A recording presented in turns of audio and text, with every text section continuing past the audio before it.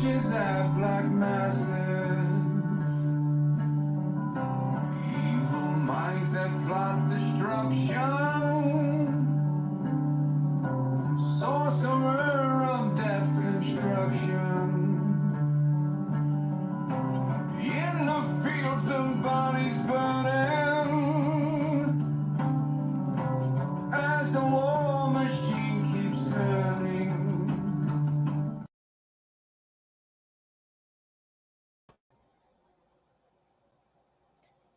Oh, sorry. That was Bob Ross. That was not me. Bob Ross. Bob Ross is my guest host tonight.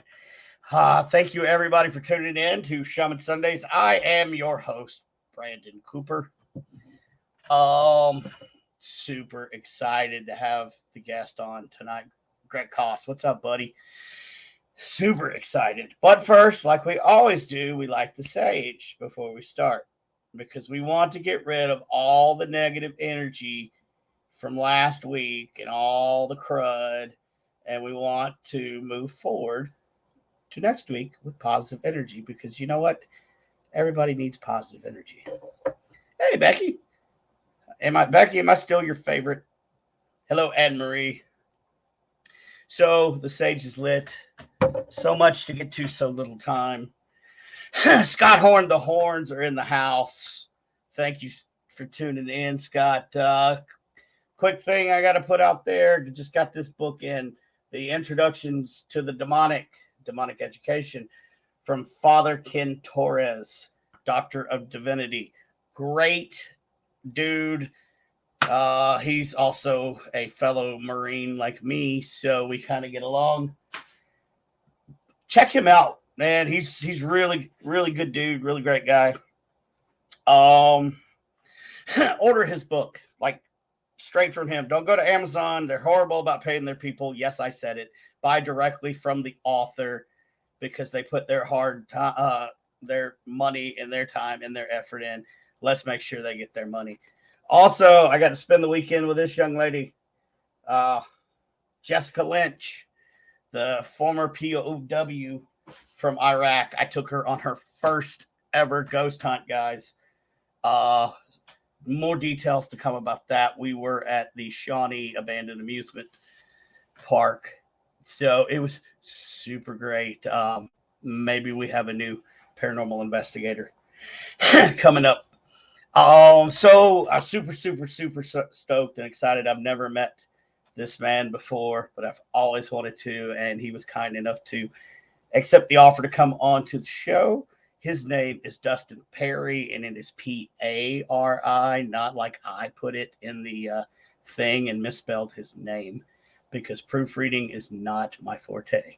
So I'm going to apologize to the man beforehand. So, I mean, do I really need to introduce him? But I'm going to. Everybody should know him. Dustin Peri is, you know him, you love him from the Ghost Hunters. I'm just going to say franchise because he's all over the place in that. And I love it.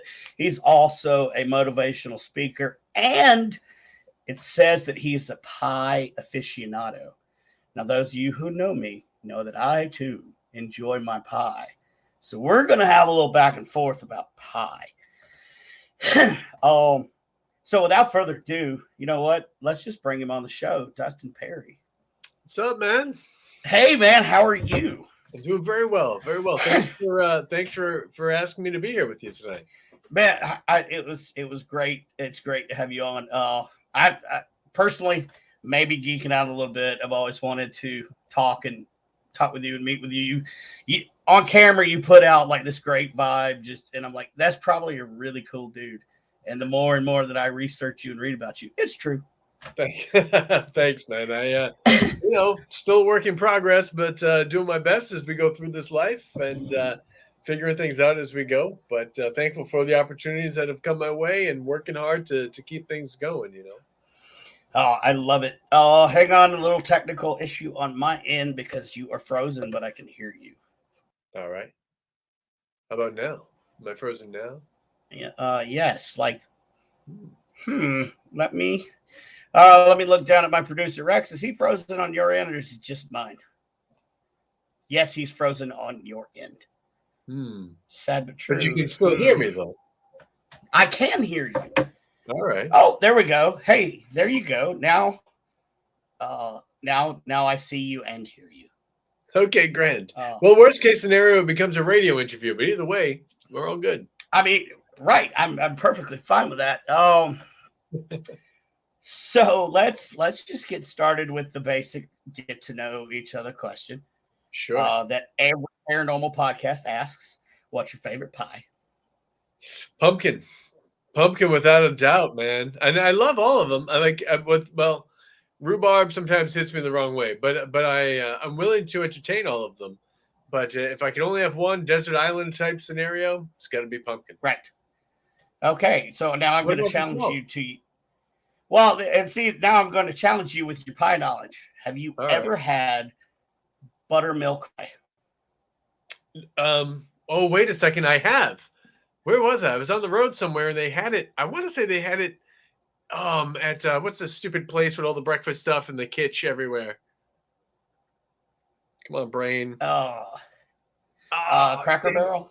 Yes, I had it at a Cracker Barrel, which was actually pretty good. I'm sure it probably would have been better if I get it like a little roadside diner because those are the best. But I saw it advertised. I was like, I've never had this, so I had to have it, and I was a huge fan. Really delicious. Yeah, that would be my desert island. Had to have it would definitely be buttermilk pie. I love buttermilk. And that's we don't have a lot of buttermilk specialties up here in New England, unfortunately. It's more of a southernish thing, I guess. So, but I really enjoy it. I love it. I could drink the stuff, like just a carton of it from the market. It's awesome. See, now I blame my grandparents because when I was little and they did the old milk switcheroo on me because it was funny. And I did not think it was funny, and to this day I don't drink it, but no. I will eat it. I will eat it in my biscuits and everything else. So I'm just going to kind of do the backwards interview. I want to know what got you into motivational speaking and your mental health and suicide awareness. Like, what brought that out? Sure, man. So back when I was doing the international show for Ghost Hunters, I did the GH show originally. Then they sent me overseas for a couple of years.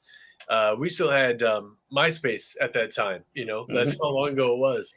But people would write to me, and I've never been a big party guy. You know, and like the production crew and stuff, like nights off, everybody would kind of go out. I would have a beer with everybody, grab a round, and then just kind of head back to the room. And I used to bring DVDs with me. I'd watch all my TV shows from back home, try to feel a little more comfortable. But we get on MySpace and try to answer questions, you know, and people, a lot of like, you know, just pictures and stuff like ghost dust orbs, that kind of thing. But I started to get questions from people about like they weren't happy in their job anymore, or they had love life problems. And then it took a more serious turn. Not that those things aren't serious, but when people start writing to you about self-harm and suicidal thoughts, well, then I was like, okay. And to be quite honest, I was like, I don't know why the hell they're writing to me. Like, I couldn't figure it out. But then I started to realize that, you know, just like with like movies and stuff that we watch, or even like scripted, you know, TV shows, there are certain characters that we identify with, that we connect to. And on a reality show, if people are really being true to who they are, then what better way to have a connection? And for some reason, these people that were going through things felt comfortable with me. And so they would write to me about this stuff. And I always tell them, listen, I am not, you know, a licensed therapist or clinician in this realm, but I'm happy to listen. And I really started realizing more people just need somebody to listen to and to listen to them. And so I started doing that. And then I started meeting people at events that came up, and they liked some of the positive things I was tweeting about or posting about. And I developed some lectures. I started speaking at schools. Like, so now I do middle schools all up to corporate events. And unfortunately, I had lost a couple of friends of mine that died by suicide over the years. So that cause is become even more important for me to try to help people. You know, it's funny, man, like working in the paranormal, especially with ghost hunters, you know, at the end, it's like, oh, we're here to help and that kind of thing. You know, it's all good.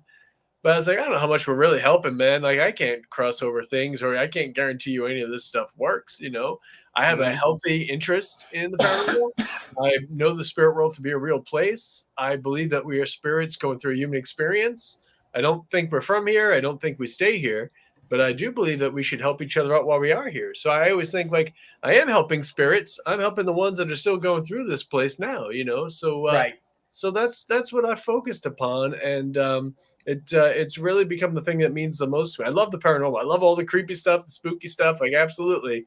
But I will take sitting down and having a one-on-one discussion with somebody struggling through this life, and try to help them find a way more than any other scenario. Yeah, and when I was reading up on that kind of touched me too. I am a disabled combat veteran with severe PTSD. I've been down the suicidal road and the mental health struggle, and I like it.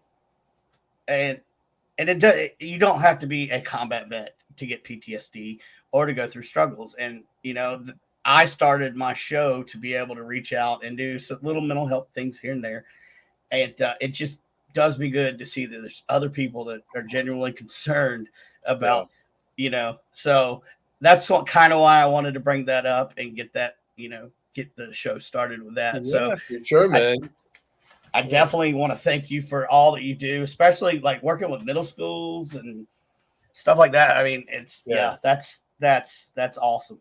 Well, thanks, man. I feel like, unfortunately, the numbers dictate. I mean, well, probably for the veterans, like, the numbers are very high, unfortunately, for suicide. And then the greatest amount of growth is between children between 9 and 11 or 9 and 13. And I just think back to when I was a kid. Like, I just want to ride my bike and play Nintendo. Like, Right. listen to Metallica. Like, everything was good. And now I'm like, man, these poor kids, like, with all the ways we have to connect, we're so isolated from each other when it comes to real conversation and things that matter. And I feel like we're doing a great disservice for our children, because, a lot of the parents, grandparents, whoever it is, like, everyone's going to work 2 to 3 jobs just to get by. And the kids come home from, they have, a tough day at school or whatever. A lot of times people don't really listen. We get distracted. We're on our phones. We're dealing with work. We're dealing with our own things. Right. And I feel like kids are really, it's about the innocence. I feel like the innocence of children gets ripped away so early in this life, and they don't have much to turn to in terms of keeping things hopeful for them. So that's why that means a lot to me, to do that. And the veterans, I have a friend up here who's in the Coast Guard, and I was talking to him recently about trying to find more ways to access veterans groups and stuff to try to help them. And I don't have any experience. I didn't serve in any way. A lot of family members did, and obviously a lot of great respect for everybody that does, and for their families that sacrifice, letting them go away to do this kind of work. And I actually just ordered I ordered a T-shirt off Project Valhalla that just came in yesterday, and it just says "Unstoppable" on it, and it's kind of like the fatigue, like olive drab green with the American flag on it.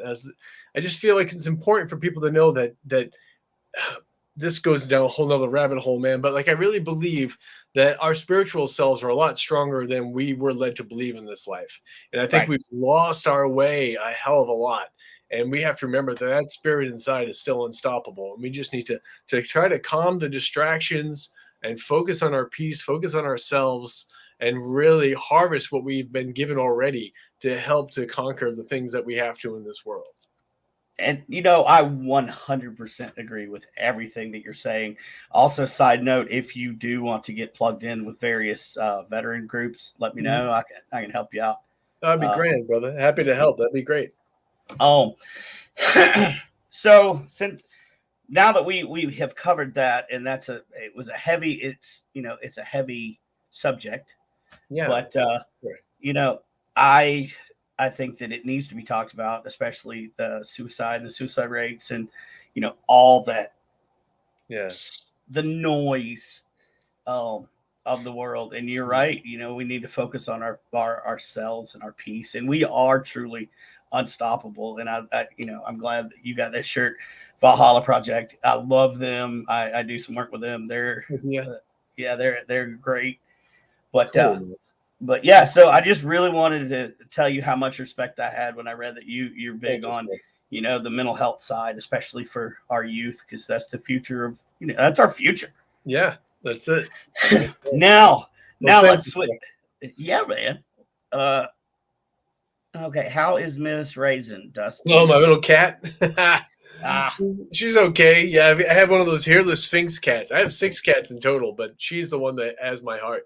She's doing well. We had a roasted chicken tonight, and so I was sneaking her some off my plate. My wife's like, "You've turned her into a little begging dog." I'm like, "She's not a begging dog. She's a sweet little girl, and she needs her little treats. So I take care of her." well, there's nothing wrong with that. No, absolutely not. It's not my fault I have a favorite. I mean, we all favor things a little bit. All the furry cats are nice, but I like that little hairless one. She's a sweetheart. Well, She's a there you good- go. Yeah, indeed, man. So for just in case you just tuned in, Miss Raisins is fine. Yeah. Yes, I love it. Okay, so how did you? Let's get on to the taps and Yeah. the ghost hunter side. How did you run into taps? Because you've known them a long time, right? Yeah, I've been with those guys since like, I don't know, season 1.5, pretty much. I was just, here in New England, I was just like the local ghost guy. Like I would just go out after work. People would show up in my, I was working at an ambulance company. People would Mhm. just show up in the parking lot. I would take them to different places that I knew. And I always have to do the right thing now and, just warn people like don't go to abandoned buildings, be very wary of trespassing. And a lot of it's just because you can get hurt yourself. Like these things are falling apart, Yep. and so you got to be careful. But, when I was 15, 16 and started going to these places, that was the Yep. way of it. And I did that for many years. So all of a sudden, I come home one night from the ambulance company and I'm flicking through TV and I see these guys that are welcomed into people's houses. I'm like, what the hell is this? Like, no one's yelling at them. There's no cops chasing people away. Yeah, where's the And- fun in that? I mean, right. So I emailed all of them. I was like, hey, listen, like I used to work for CBS and Fox News. I know how to take care of all that equipment and stuff that you guys are just throwing in boxes and broken every week. But and I've been investigating on my own for years, and they didn't write back to me the first couple of times, but eventually they did. And we Right. had a little meeting. We had a meeting in a coffee shop, and they were like, "Listen, we can't bring you on the show, but we'd love to have you on our home team," and which is all I was looking for because I was working 2 jobs at the time anyway. And, Right. and so that's what I did. I joined the home team, and several months later, they were filming in Rhode Island. They asked me to do an episode there, and it just kind of took off from there. And I've always kind of been a part-time player because families always come first. So I was like, yeah, I love this. It's fun. It's a great little moonlighting thing, but like healthcare was a more stable career, and it kept me closer to home for my family. But then, of course, international came up a couple of years later, and things changed a little bit. Right. But yeah, it's been a hell of a blessing, and I've had a great time, and we're still going. So we're not filming right now, but that's still on the table for the future. So we'll see what comes up. And see, that's everybody knows taps and ghost hunters. Yeah. It was. I like to call it the new original. Now, were there paranormal shows prior to that? Sure. Yeah.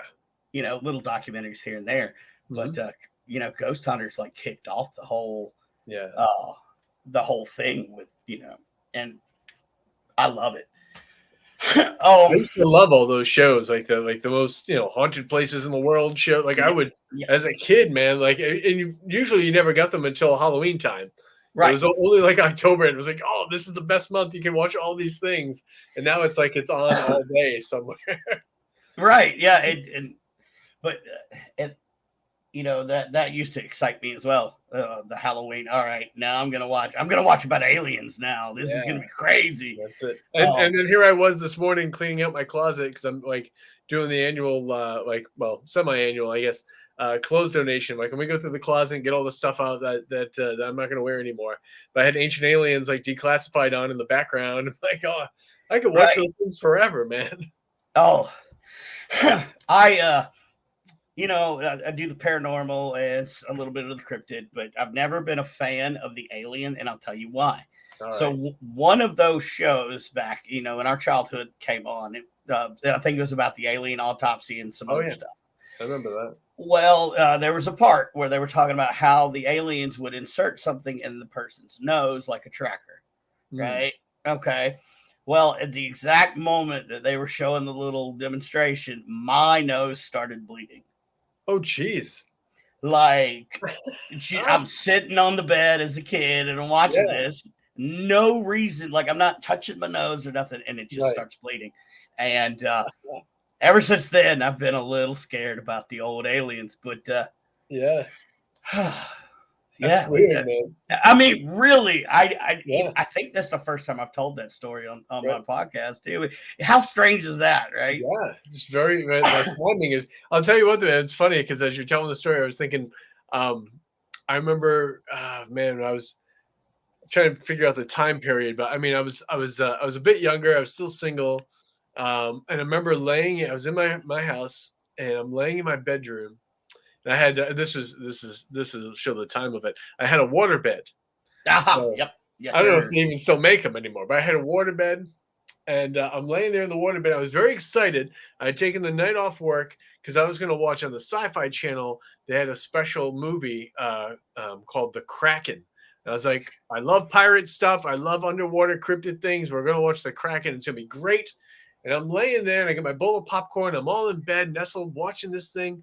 Right. And as soon as the Kraken goes to attack for the first time, I feel something sting the back of my leg. I jump up out of the bed. Popcorn goes everywhere. Oh, like, no. What the hell is going on? And somehow I get those damn little water bugs like got into the mattress, into the bed.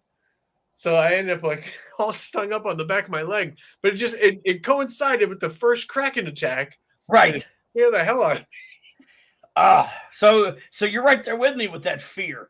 Yeah, it's like it's like it almost connected through the TV somehow. Right. It was delivered. That's that 4D movie stuff that Disney tries to do down there at the park, but you get it in your own home. Yeah. So you started working with TAPS, then you get to go international. Let's talk a little bit about the international, because I always say that there should be a class for ghost hunters that go to other countries, because they have completely different things and different rules, and they're as ancient places over there. What are maybe one or two memories that stand out that maybe were your, oh crap, I'm in over my head moments? So the first one that actually happens is still ghost hunters, but we're doing Lep Castle in Ireland. This is kind of like the testing the waters to see if international is going to be a thing. And we didn't really know too much about it at the time. I just know that, they offered me the opportunity, and I was like, absolutely. Like, I'd never been really out of the country much, so I was excited. And just like you said, I didn't have a lot of knowledge of the place or the beings, the spirits, or any of that stuff. And so I go and I'm, reading the case file on Lep Castle, and I'm trying to read up on like cultural folklore and belief systems. Even if they never show it on TV, it was always important for me, from a spiritual understanding, to know a little bit what I was going into. So that included like the religions of the people that are there now, and also the people that were there before, because they could have been older deities and practices that could have brought certain things about. So you want to be aware of that. And they keep telling, they keep talking about the fae and the fairies. And growing up here in the States, I'm like, the only thing that pops to mind when I think fairy is like Tinkerbell. So I'm like, this sounds stupid. What the hell are they talking about? Right. So it's not till I'm there and we're investigating that things start to kind of happen. And it was weird to start seeing like little like murky images of faces and things. I'm like, okay, like, is this IR imprinting? What am I looking at? Trying to figure it out from a rational standpoint. And Barry, who's my first time meeting Barry Fitzgerald, and now became a very good friend of mine. But it's the first time I'm meeting him, and he comes bounding up the stairs to the chapel area.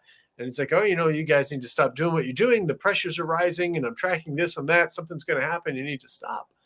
And I just kind of laugh it off, like politely, but I'm like, oh, I'm going to finish investigating, And at the time, I did take a different approach. Like now, I'm very, more thoughtful and respectful of everything.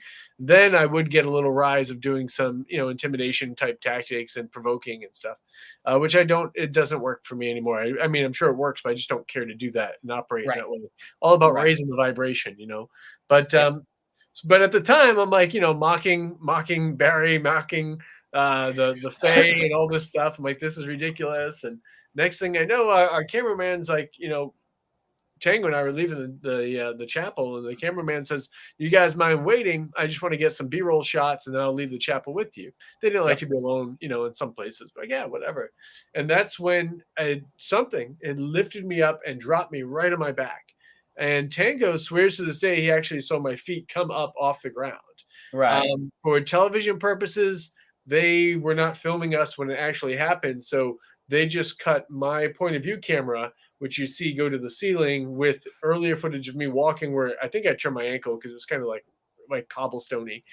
So they spliced that together as a jumping off point. But what actually happened was much more impressive because, like Tango said, my feet came up off the ground a couple of inches. I felt like I got hit by a wave, like in the ocean, like lifted up and dropped down. Continue investigating the rest of the night. Went back the night after as well. Nothing else really showed itself to that point, and nothing else has ever shown itself to me to that point since. But I think it was important for me in my own journey to be like, hey, like you're not going about this quite the right way. Like, you need to be more thoughtful and respectful. So that changed my approach quite a bit. But Barry and I put together a book actually. It's called So My Home is Haunted Now What? And that was specifically written by taking stories of the different countries we visited, talking to people of different belief systems and understandings and experiences, so that if someone, even here in America, in this melting pot that we live in, was working with a family, of like Malaysian descent that had different Asian belief systems, they may know how to best help that family in this scenario. Right. 'Cause a lot of times, we put our own thoughts into it, and that doesn't always coincide with what exactly is going on and what the people are experiencing. Oh, right. And let's see, we have a question here from Kimberly Horn. Was the Lep Castle the one where there was some footage floating around of how a person got possessed during a tour and was caught on camera? That is not familiar to me. I don't recall ever seeing that from that castle. I'd be very surprised if it was, because there doesn't seem to be anything of that type of nature there. And also that type of possession, that TV possession, is not really the way it works. I've been very honored and blessed to have studied under John Zaffis here in New England. And we've had many, many long car rides and airplane rides and everything, and plenty of times to pick his brain. And I'm thankful I get to work with him still. We're working together. We're doing an event next month. But Johnny has really schooled me on the ways of possession. 99% of the time, it's a very long, drawn-out process, Right. where somebody eventually acquiesces and lets it in. Then there's pure possession, which is very, very rare if it does happen, and that's without anybody's knowledge or allowing it to happen. It just happens. So a lot of these things we see on tours and we see on TV isn't really the way it usually happens for real. And I never go out of my way to blackball anybody or talk negatively about them. Watch all the shows. There's plenty of shows. There's plenty of ideas. There's plenty of dead people for everybody. Whatever entertains you may be entertaining, may not always be factual. That's fine. I sit here and watch pro wrestling all the time. I love pro wrestling. I know there's a storyline. I know they get hurt for real sometimes, but I also know that not all of it is real. But I can still enjoy the show. So, but my concern is when it comes to paranormal TV is I don't want people to throw the baby out with the bathwater and say this is all BS. That's obviously over the top drama, and then they say it's all nonsense. Because I think that's a great disservice to the spiritual realm, to the spirits that are within ourselves. At the end of the day, no one has to believe anything. Like when we pass away, we all find out for sure. You know? So, but in the meantime, give each other room to have different understandings and ideas. You don't have to hate somebody if they like a show you don't like or whatever. Everyone can watch whatever the hell they want. Me personally, I don't watch a lot of paranormal TV just because it's my hobby, it's my passion, it's what I do. So I don't always like to watch other people do it all the time. I will watch shows that my friends have, especially their debuts and premieres, to help promote it. But I like alien shows. I like wrestling. I like cartoons. And I'm very excited for Shark Week. Okay, so I'm from South Carolina, so now you're talking wrestling. We're talking territory down there, man. And then I also read somewhere that you're a huge NASCAR fan. Yes, sir. Absolutely. I was at the short track last night over here up in Seekonk, Massachusetts. Well, one of these days, if you ever get down to my neck of the woods, we've got a track where Ralph Earnhardt was our track champion. This track has been around for decades and decades. Really? It's a nice little short track. I'll have to take you to some. That'd be great. I love short track racing, man. It's just there's something so it's like the passion is palpable when you're there. You know, people are really into it. Like there's team members, family, and friends. Everyone's like, wearing their crew numbers. It's so cool. Love it. And the occasional fist fight in the pit. Oh yeah, absolutely. I mean, it's real. It's real. I love it. We had Jimmy Spencer when I was a kid. Jimmy Spencer was the guy up here, and he made it all the way up to it was Winston Cup at the time, but just a big brawler of a guy, like knocked people out. That was great. And I see that was the good old days of rubbing is racing, and now everyone's offended if you tap them a little bit. Well, the next thing they're going to do is they're going to put turn signals on the cars, so when you pass, you better hit your turn signal. Yeah, let them know. I'll tell you, the last 3 or 4 years, I have not enjoyed racing at the top level as much as I did when I was a kid. It just seems to be a lot of just nonsense and penalties and whining and just not hard racing like it used to be, Well, yeah, I tuned out. I quit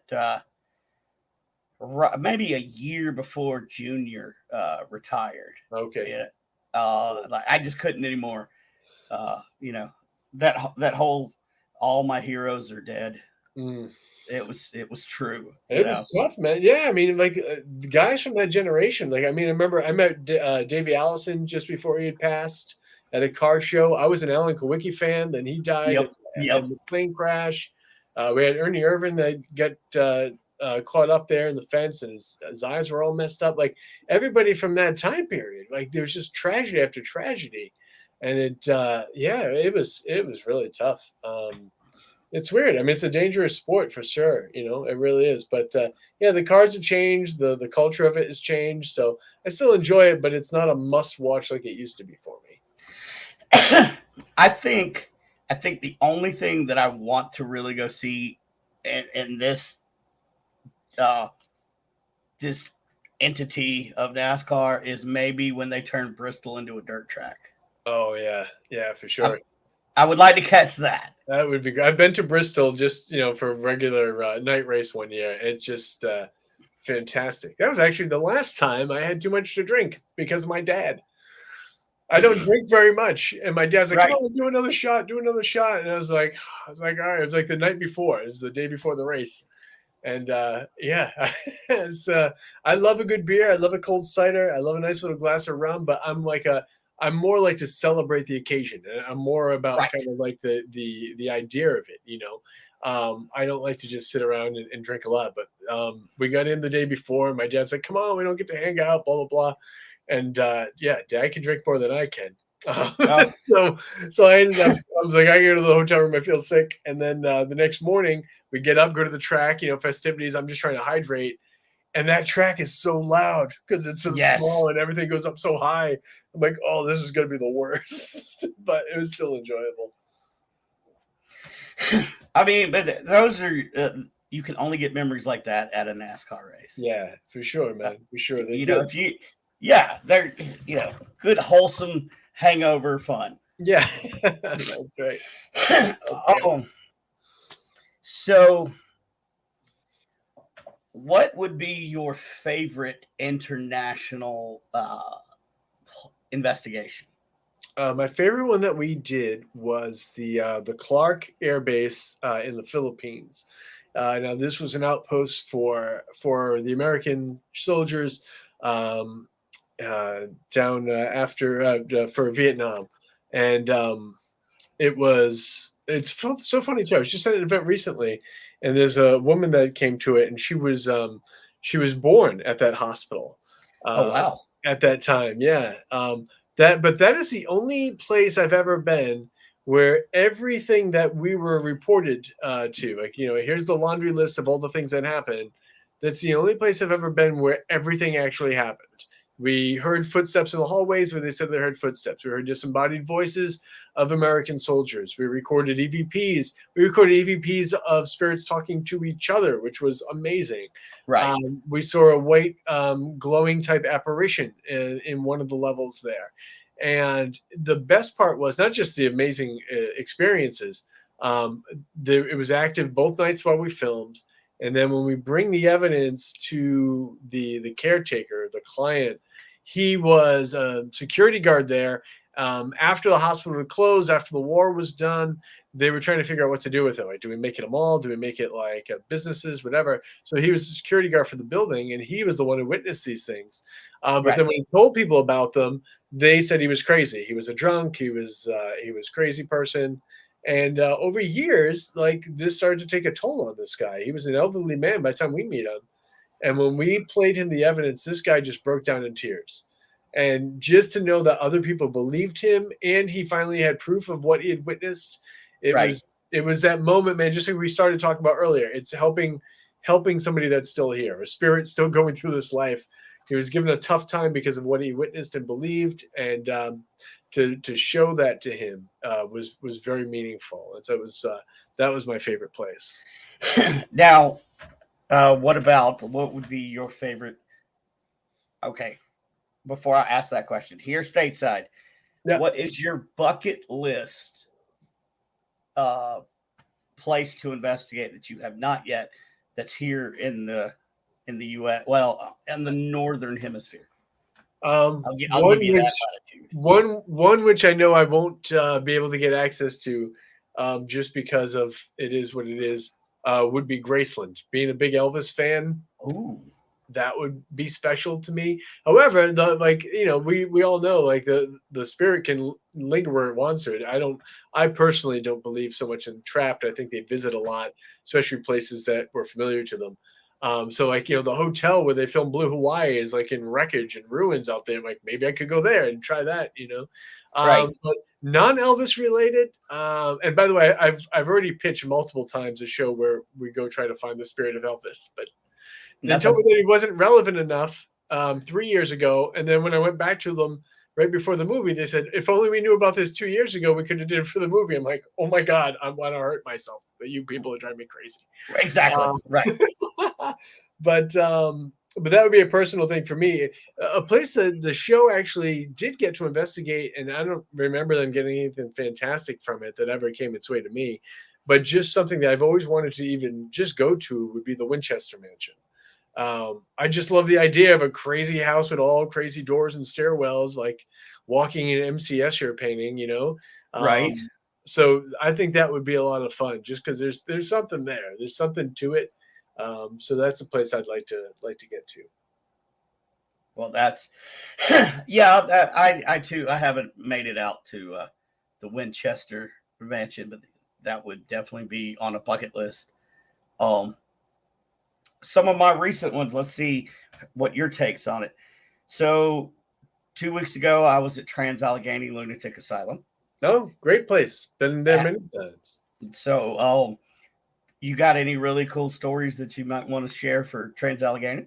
I remember being on the 3rd floor, I believe, at Trans-Allegheny and doing a session. One of the things that I was doing a lot at the time was I would ask, like, do like burst EVP things. And I would just ask, give me one word to describe, where you are right now or what's going on right now. And I remember I think this one actually might have made it onto the show. I got one that said, I think it was fire alarm or just alarm. And I'm like, it was a woman's voice. And right before that, like, I was playing with the REM pod, trying to get them to use that. And I was like, I wonder if, and you don't want to go too far down the rabbit hole, we're trying to make connections. But I was like, I wonder if that's what they thought that, like, it reminded them of, or what they thought it was, because Could be, yeah. Here's a round disc that's glowing and it makes really loud sounds, but yeah, so that's but yeah, it's a cool place. What'd you have happen to you when you were there? So I was actually there. We had a team of, well, there were 4 different teams represented. We had 13 people. So I believe it was on the 3rd floor, and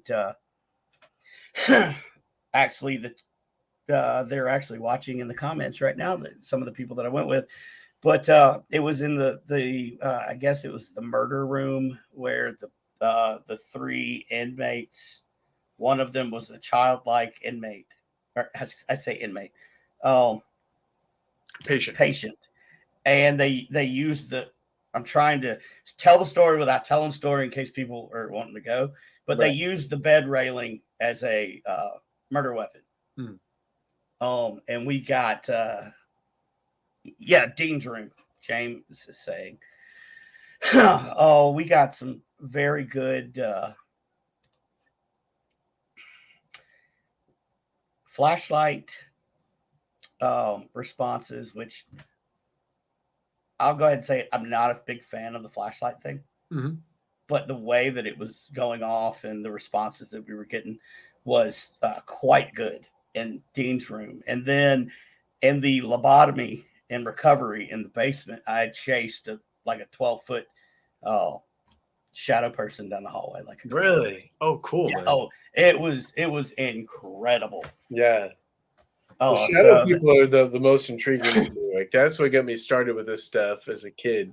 And I still, anytime I see a shadow figure, I'm still like just in awe of the whole thing. Like, what exactly is going on right now? There's so many different exactly.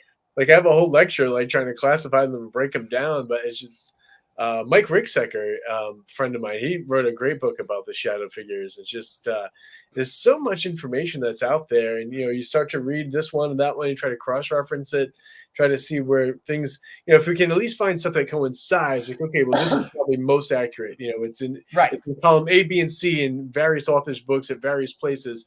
So here's something maybe we can at least build on, because there's so much that's unknown, and you usually don't get any audio or anything, so it's hard to get any damn answers about what it is.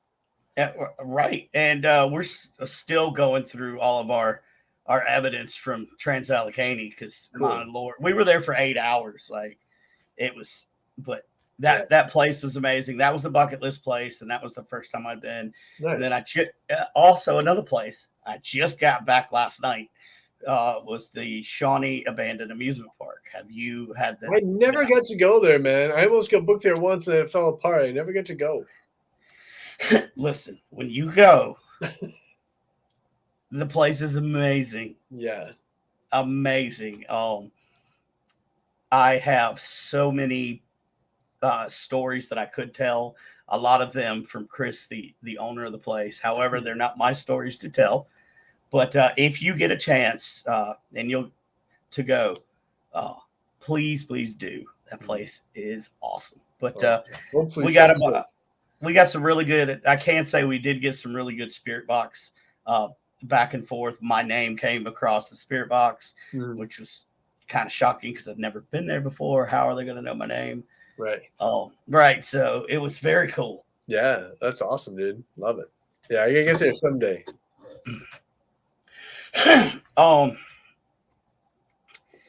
Let me see here where I want to go. This is the only part that I don't like about just a free flow show, because sometimes I get stuck. That's okay. There's always things to talk about, man.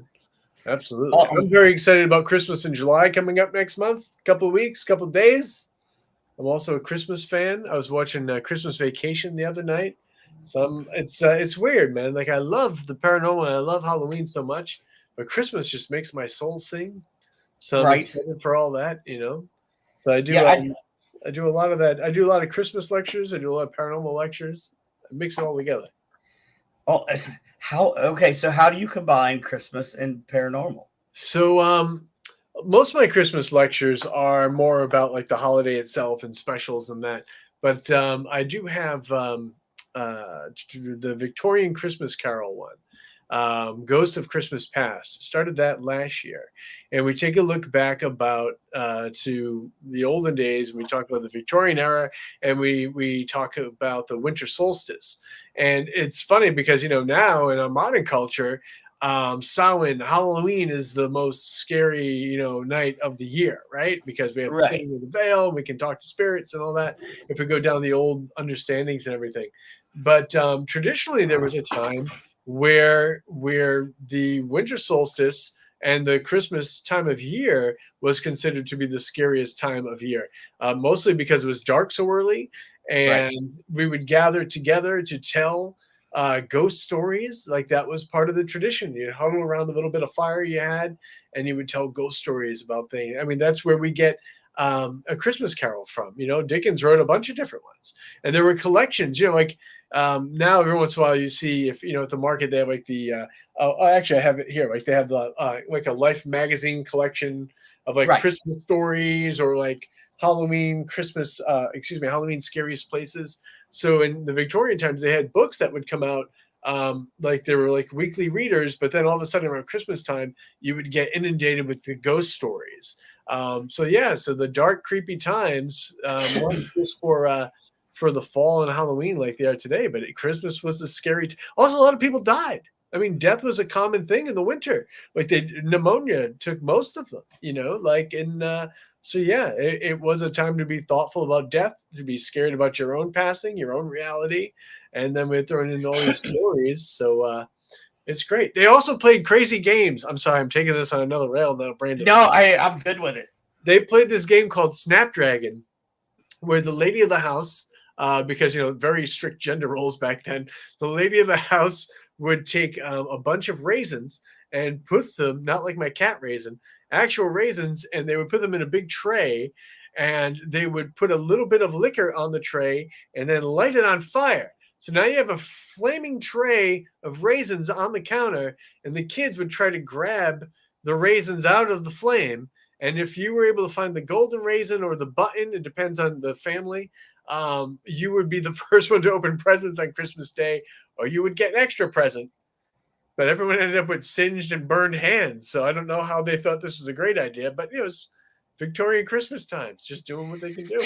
Well, the more while you're talking about that, I'm thinking Christmas in a lot of countries is scary. Like in Wales, there's the horse skull that comes up to your house, and you have to rap battle the horse. Or something. I can't remember the Bonfiata or something. Yeah, it's like a witch with a big horse skull. And you have to like outmaneuver it verbally. Right. Yeah.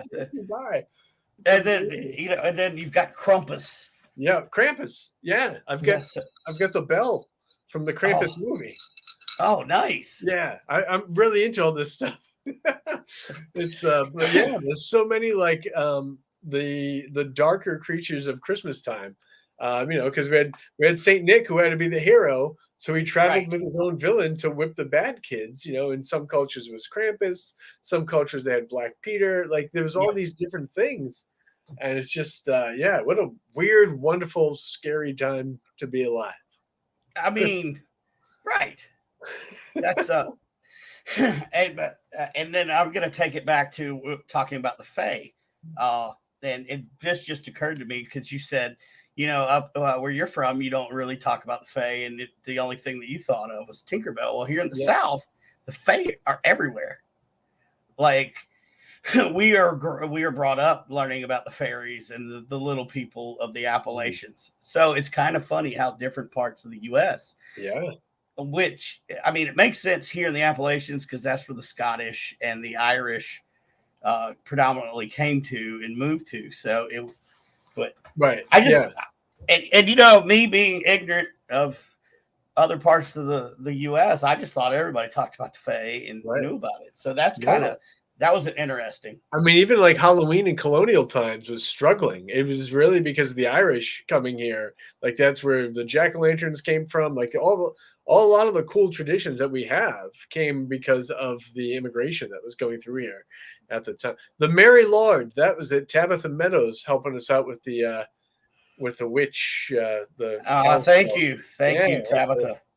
Indeed, but there's so much that goes on in America. I mean, even with our cultural,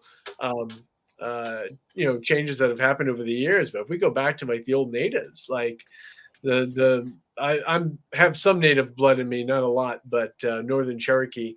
But interviewing natives for research purposes, and then also for some of the books and stuff I've put together, the ideas of the Red Road and just the respect for nature, for the animals, for everything. I don't know. I just feel like it was a much better understanding and way to live in harmony with the land than what we're doing now. And I agree 100%. It's quite funny that you say that you have Cherokee because I am Eastern Band of the Cherokee Nation. Oh, really? Oh, cool. So yes, that's we have things in common, Dustin. I suppose so. Grant. like And we both love pie. See, it's all coming together. Exactly. Well, it's the whole love of pie that really brought this whole podcast together. That's what bonds us. Well, it is, and so we're gonna have to get together. I'm gonna come out to one of your events with buttermilk pie. That would be great. My God, now you're gonna be craving that, man. I'm gonna have to go Well, make some dessert after this. Oh, see, we have buttermilk pie downstairs, so I will think of you after the show. And speaking of eating pie together at one of your events, let's talk about, you've got a bunch of events I scrolled through coming up. Where can some of the viewers, some of my tribe, as I like to call them, where can they come see you? Everything's really easy to find. So if you go to my website, which is dustinperi.com, you go to the events page, everything's listed there. Next stops are going to be Malvern Manor over in Iowa next weekend with Miss Chris Williams. We've got a stop coming up. It's actually a paranormal hunt, but also a suicide prevention evening in Toledo, Ohio. We're going to be working with John Zaffis over here in nearby Connecticut. I've got a new thing called Spirit Quest where we work on ourselves spiritually and then investigate. That's going to be debuting in Rahway, New Jersey in July. We only got 2 tickets for that. But yeah, I'm very thankful, man. Lots of good events coming. Lots of good people been helping me out and supporting me over the years. We got a big Paracon coming up in Indiana. MI Paracon, the biggest one, my personal favorite that we do. So all those things are at dustinperi.com. And I've got a Patreon page where I do I love that you started off with Bob Ross, because I have Mr. Herman as my he doesn't like to use the P word, but he is a puppet. Right. So my Patreon page is mostly motivational videos and then weird outings with Mr. Herman. So that's Monsters, Motivation, and Mayhem over on Patreon. But that's what I'm up to. That's what I'm doing. Got a couple of new books cooking, and just looking forward to getting back on the road next weekend and doing what we do. Now, I did notice that you have an event at the McIntyre Villa coming up. Oh, yeah. So yeah, I may bring your pie to that, because Stephanie, I love Stephanie O'Reilly, Stephanie's the such owner. a sweetheart. And I work with Supernatural Inc., which is out of Kansas City, KD Stafford and all them. Yeah. So, I love Kansas. I love Kansas so much. Somebody asked me the other day, like, if you could just be in one state, I chose Arousal. But if I couldn't live in that state, Kansas. I love Kansas. It's like people are nice there. They're kind, and like there's less traffic. It's quieter. I feel like I can listen more to the world and my soul without so much noise around, Yeah, I love it out there. So I may have to come out and see you at McIntyre. We have 2 events Supernatural Inc. does out there. Cool. So I may I don't know, may have That'd to be stop. Good. That's at the end of the year. Yeah, we got Belvoir Winery coming up, working out there with Kalani, Ghost Hunter Kalani, and then we're going to be it's just my own event at McIntyre. That's at the end of the year. That's going to be cool. It's like a masquerade celebration. So what a wonderful building too. I just love it. Kansas. I pulled over on the side of the road in Kansas to look at an old cemetery, and I was like taking photos. That was like a couple of minutes, and first car goes to drive by, it pulls over to make sure I was okay. Right. And I was like, what? I was like, I could be on fire, like in Providence, and nobody would care. They'd be mad that you were in the way. Like, I'm sitting in this old graveyard, and people are like, oh, is everything all right? You're fine. I'm like, what a sweet place. Oh, yeah. And yes, I've noticed several of you in the comments, that they keep mentioning that you would be a great speaker at the Mill. And let me explain that. I do a Paracon called the Haunting at the Mill Paracon. Mm-hmm. It's on 55 acres down here in South Carolina. We have petroglyphs that date back 10,000 years. Wow. On the site. Last year, I had it was a 3-day thing. I had camping, and hanging out and all that. So, okay, I will ask him offline. Yeah, people, I see it. Like every couple of scrolls, he would be great at the Mill. And I've had a couple of a couple of text messages on the phone while we've been talking, going, "Hey, Thank you. hey, And thanks to the people with, obviously good taste. So that's good. right." Like, you know what? I'm not even going to run I'm just going to put you out there for 3 days, just you, and they will come. Just keep me fed. Make sure there's plenty of buttermilk pie, man. Oh, you know what? And I will. I can do that. I actually make buttermilk pie, so I'll have to Homemade. All right. homemade buttermilk pie. Good stuff. I can see we're getting close. I know you were only able to do an hour. First of all, thank you for taking your unicorn day and spending it with us. I noticed My that, pleasure. and I like that. Get rest, man. Yeah. It's crazy out there. Right? Yeah, it's funny. I was getting to the point, like the last couple of days, I started to feel myself. I use the analogy. I'm like a race car starting to get into the red. I got to cool the engine for a while, and I can feel myself getting there. And so I was like, yeah, let me just. And like social media should be fun. And so I tell people, if you're not enjoying it, don't be there. And nobody gives me a hard time, but I get tired of just seeing a lot of the stuff, So I was like, I need a couple of days, no promotion, no nothing. But yeah, no, I told you I'd be here for you, so I wasn't going to cancel that, man. And this is all good. It's all positive and love, That's great. Yeah, and that's all I can do. Usually I end my show with a saying, but since you can only do an hour, I'll give you my saying. Maybe it'll help you out, mean something. But I always say it's not about surviving the storm, but it's how you dance in the rain that matters. You got it, brother. I love it. So again, thank you so much, man. It is my honor to have you grace my show. Thank you so much for coming on. And I'll be in touch about some details about my Paracon. Yeah, man. Maybe we can get you down. That'd be cool. And I thank you so much for this opportunity. It means a lot to me as well. And thanks to everybody for joining us here in the comments and to come and hanging out. And yeah, man, I'll look forward to talking again and do the show again, whatever you want. All right. Thank you so much, Dustin. All right. See you, man. Have a good night, everybody. Yep. Bye. Bye. Ladies and gentlemen, Dustin Peri. That was amazing. So now we're going to take a little 5-minute break. I'm going to pull Rex up without telling him. I got to go tinkle. Yeah. Okay. Okay, everybody.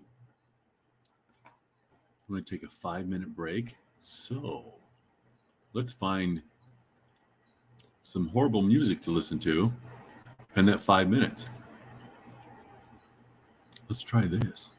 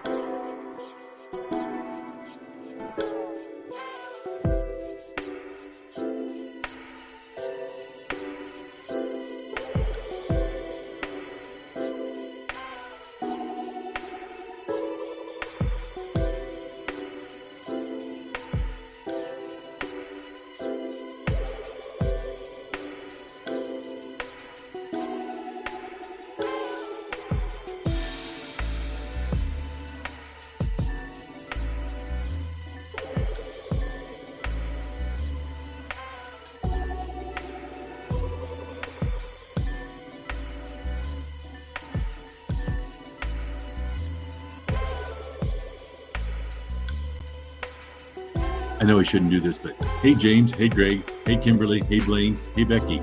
Hi, everybody. I'm out of here again.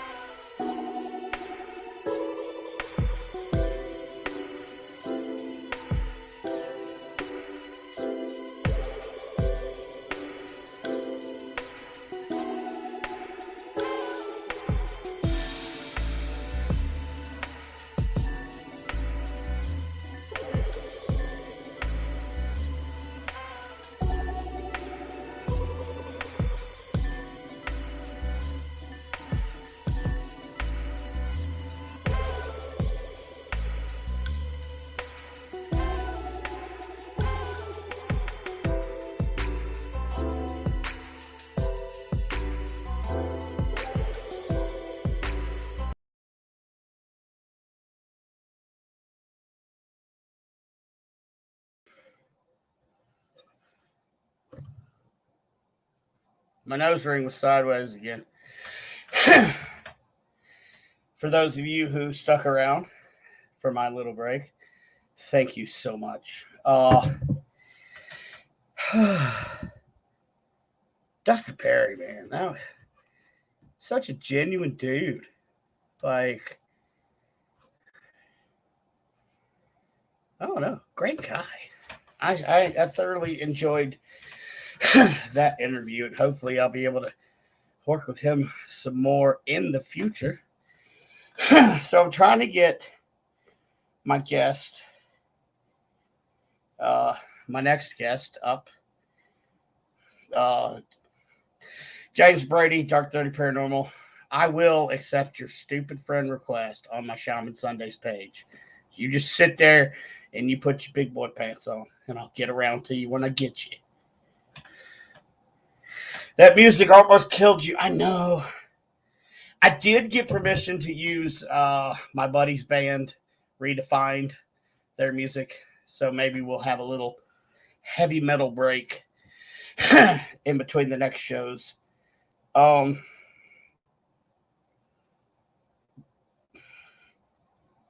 So, you know, the longer I do this podcast and the more people I get to meet, the more cool people that I get to introduce and interview for you guys. I hope you kind of like that interview. I know I could have went the whole, oh my God, you're on Ghost Hunters, blah, blah, blah path. But I chose not to. I like to get to know the real people that I'm interviewing. You know, if you want to watch them on Ghost Hunters, cool, do it. But I think we covered it pretty good. All right, so my next guest will be coming on. He's a bit of a nobody. I doubt you've ever heard of him. I think one person might have watched this show. Some of you know who I'm talking about. His name is KD Stafford. I don't know, Ghosts of Devil's Perch or something, some show. He's going to be on with his lovely wife, Katie. That's right, KD and Katie. Because my life's not confusing enough that I have to work with two people that both turn around when I say either of their names. So we're going to have them on, and we're going to talk about some of our events that are coming up.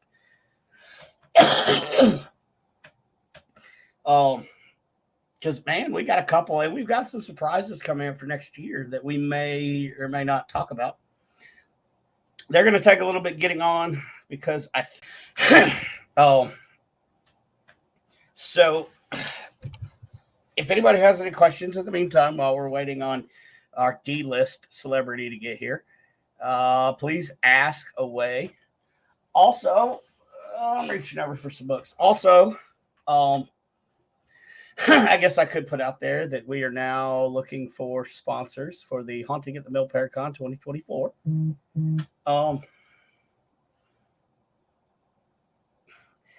So now I have to send KD a link to the studio that he owns. This is the tech wizard that I work with. All right, invite. Bear with me, please. While I pull up the old Facebook and send him a link. You know what? I don't have to do that. I can do it like this.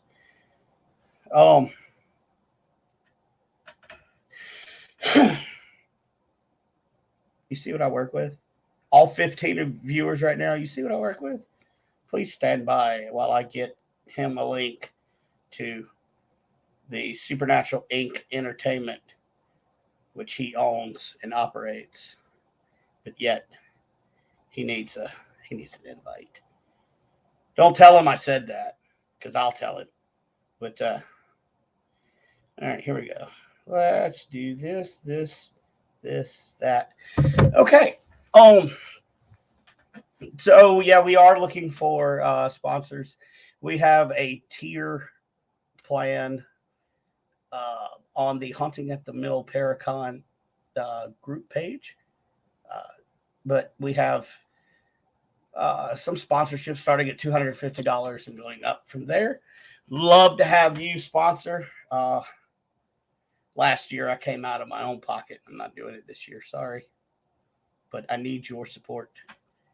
Also, tickets are on sale through Eventbrite. I promise I'll have the link next time. Also, I would like to know who, if anyone, that you, the viewer, would like to see me interview. Just send me some ideas. You can find me on Facebook. You can send me an email at shamansundays@gmail.com. And ladies and gentlemen, KD Knox Stafford. Yo, What's sure, up, that'll buddy? work. What's up? So, you still at LeBold? No, I'm not. I'm in my basement, my dungeon. I see the dungeon. So, ladies and gentlemen, let's welcome on to the show KD Stafford, who needs an invite to his own studio that he owns. Hello. What have you been up to, bud? Well, I was just out trying to teach my hard-headed son how to ride his e-scooter. That's what I've been up to. Oh, I like that. I got one too, so we're tooling around the neighborhood. He's like, "It keeps tilting over, Dad." I'm like, "You gotta stand it straight up, boy." All right, how did that work out? It didn't. Oh well. How was Hopefully LeBold? he'll figure it out. The ball was good. Yeah. Yeah. So what do we have coming up next? Oh man, I don't know. What do we have? What's next? I'm pulling up our Supernatural Inc. page because you know what? This guy and that guy, neither one of us keep up with the calendar. It's hard, man. There's a lot of stuff on there. It's a lot of good stuff happening. So, by the way, hello everybody. Everybody. Becky, Blaine, and that's Becky, and then we have James, Trace. Kim, Greg. Look at everybody. You have a fan base. Is this two Kims? There's probably one Kim. Is there one? There's one Kim. Yes. That would be Kim Brady from James, Kim. Okay, I said hello to everybody.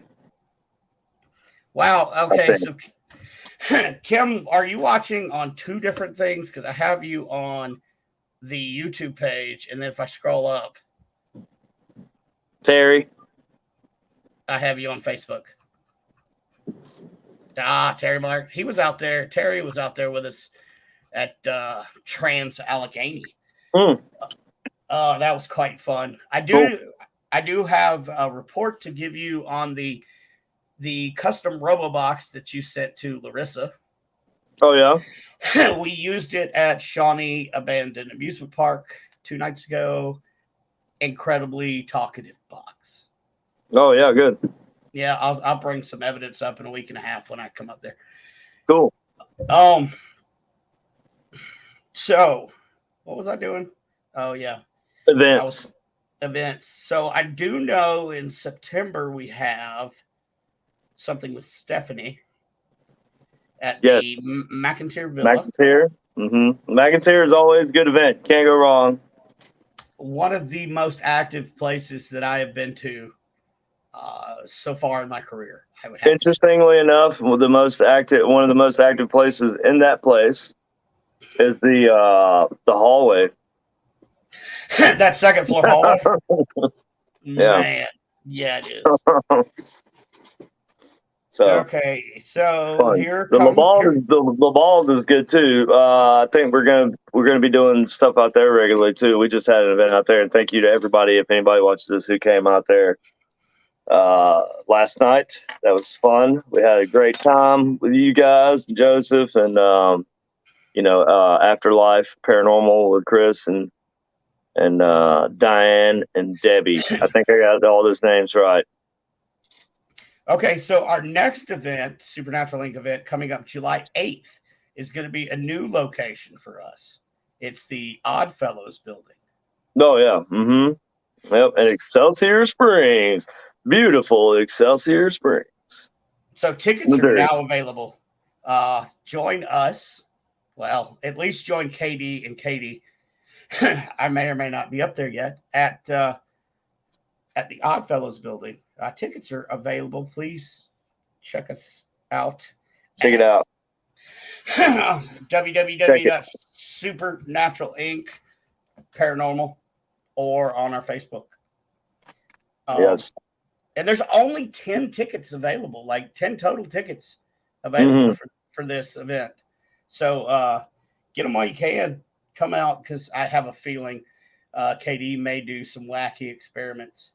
Well, it's the first event too. So it'll be the first time anybody's been allowed in there. I mean, aside from us to do, and when I say us, I mean me and Katie and Doug. And that's like literally the only people who's been in there and investigated. So this will be the first opportunity to get out there and. Hi, Jennifer. Hi, Carmel. I want to say caramel. That's because, caramel crunch. South Carolina. Caramel. Yes, sir. Caramel crunch. Hey, don't hate the caramel ribbon crunch frappuccino.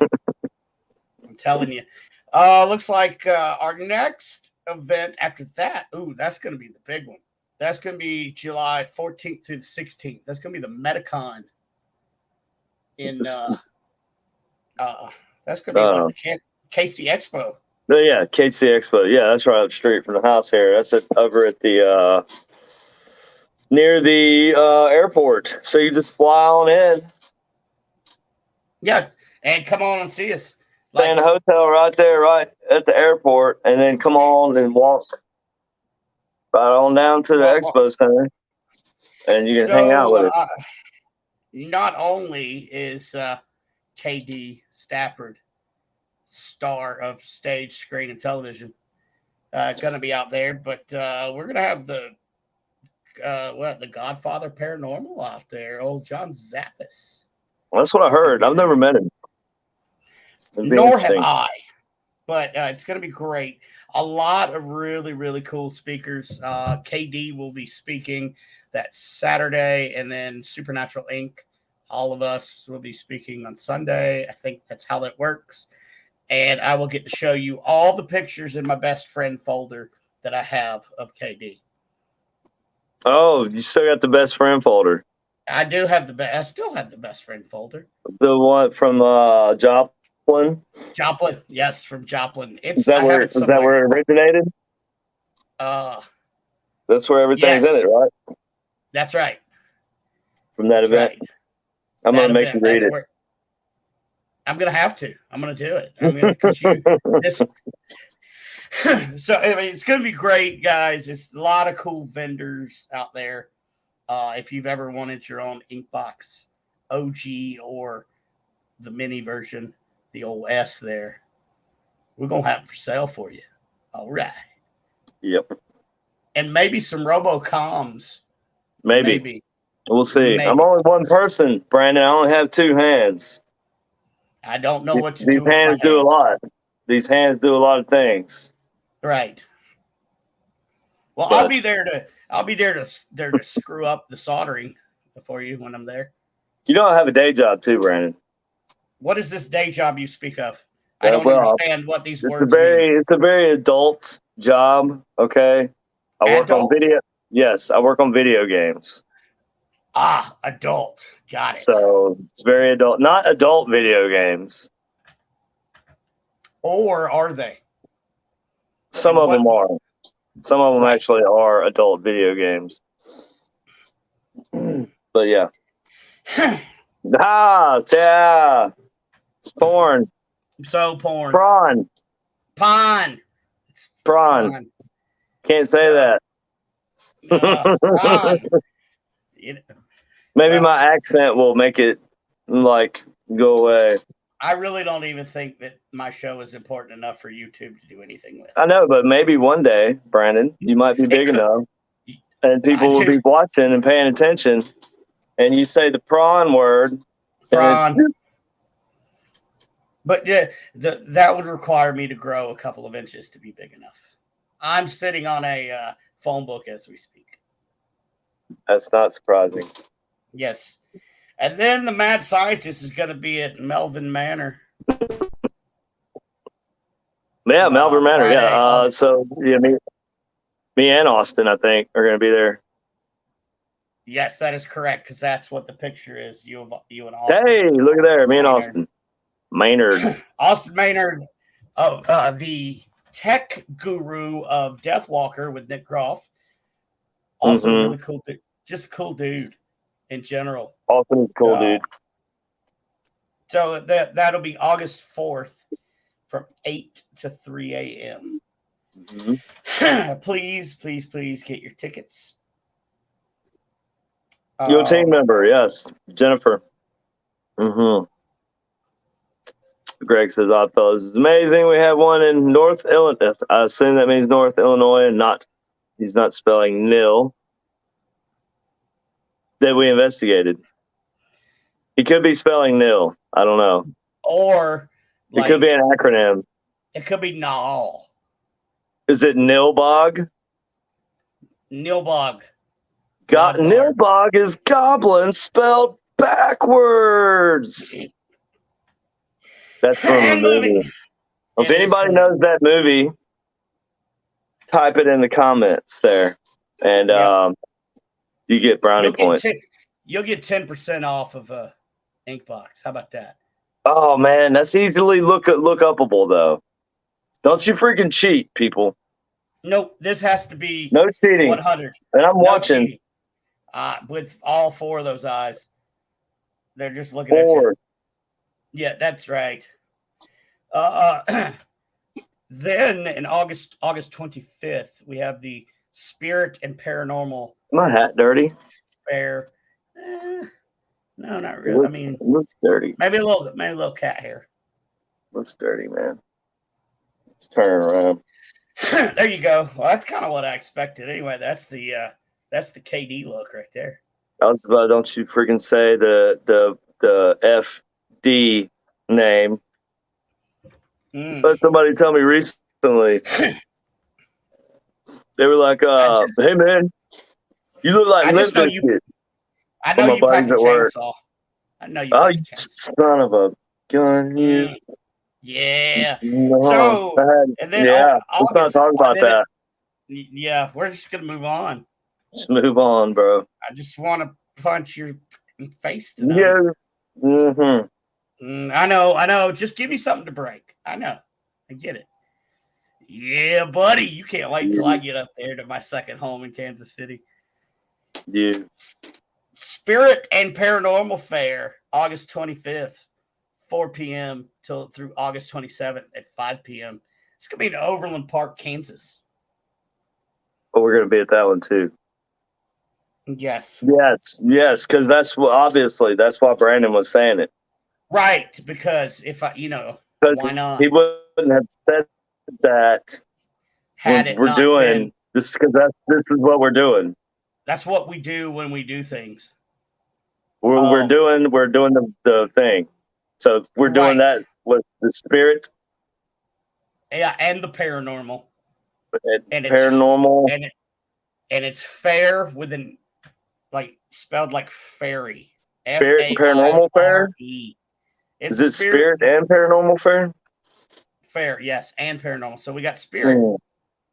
And then at the same time, I know, Paranormal. And it's a fair. It is not an affair. It is a fair. Fair. Yes. Right. Yes. That's going to be Rex. Rex, you got it. You got it, bud. Yes. Yeah, buddy.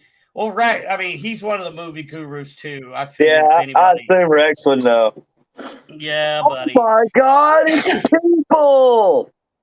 They're eating people. a good movie. Yeah. Sort of. It's That's going to be so bad. It's so bad. It's good.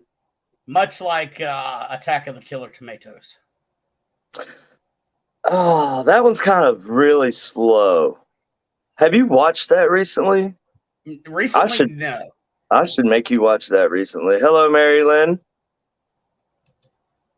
I should make you watch that recently. I think recently we should make me watch that. Spirit Hello, and Jamie Paranormal Lynn. Fair. Spirit and Paranormal Fair. Eraserhead. Eraserhead is a good one, but that's a good movie though. It's an art movie, right? It's kind of it's crazy, Yeah. but it's like a good movie. It's like too good to be appreciated for its because it's not bad. Anyway, go ahead. It's like that movie from the 30s, Freaks. It's quite good. Yes, that's a good movie. Yes. That is actually a good movie, right? Like they pulled it because it for years because it was, like unsettling to people. As well, it should be. And then in September, Attack of the Killer Tomatoes. Go ahead, Brandon. That's Sorry. right. That's okay. I saw it too, and you've just got to. September 1st, from 9 p.m. to 3 a.m. is going to be the first event at Haunting at the Villa. That's going to be at McIntyre Villa. So that'll be our first. Oh, is it like a series of events? What is this? What do you mean? Because we have two. We've got that one, and then we go back in October. Oh, you're saying it's the first of two events. Right. It's the first of two. The Blob was the first one was good. The 80s one, we could definitely rip on the 80s one, but it was still good. Yeah. The 80s version was still good, but it's sort of right on that line. But I guess, it's a product of the time. It's a product of the time as far as it's kind of weird though, man. Like, because you got your protagonist, it's like it changes. You think it's going to be, oh, this is going to be Final Dude, and then it's not Final Dude. He's just sucked up and ate by the blob. Right. It's kind of throws you off. And then rounding out our God, the Fog. Oh Lord, that is a terrible one. All right, go ahead. Sorry, Brandon. That's okay. I'm just trying to. I feel like you had all this written down, man, and I'm just ruining it. Well, that's usually how it's either I ruin your podcast or generally I ruin your podcast. Am I ruining your podcast right now? Is that what you're saying? I didn't mean it like that. I didn't either, and then it just came out as that. Wow. Now I know how you really feel. Spirits of the Villa. Anyway, moving right along. So shut up, man. God. Spirits of the Villa, October 27th and 28th. This is like tickets are only $25 per person, y'all.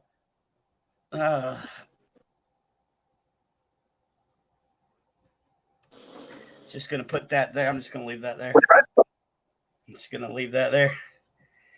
Yeah.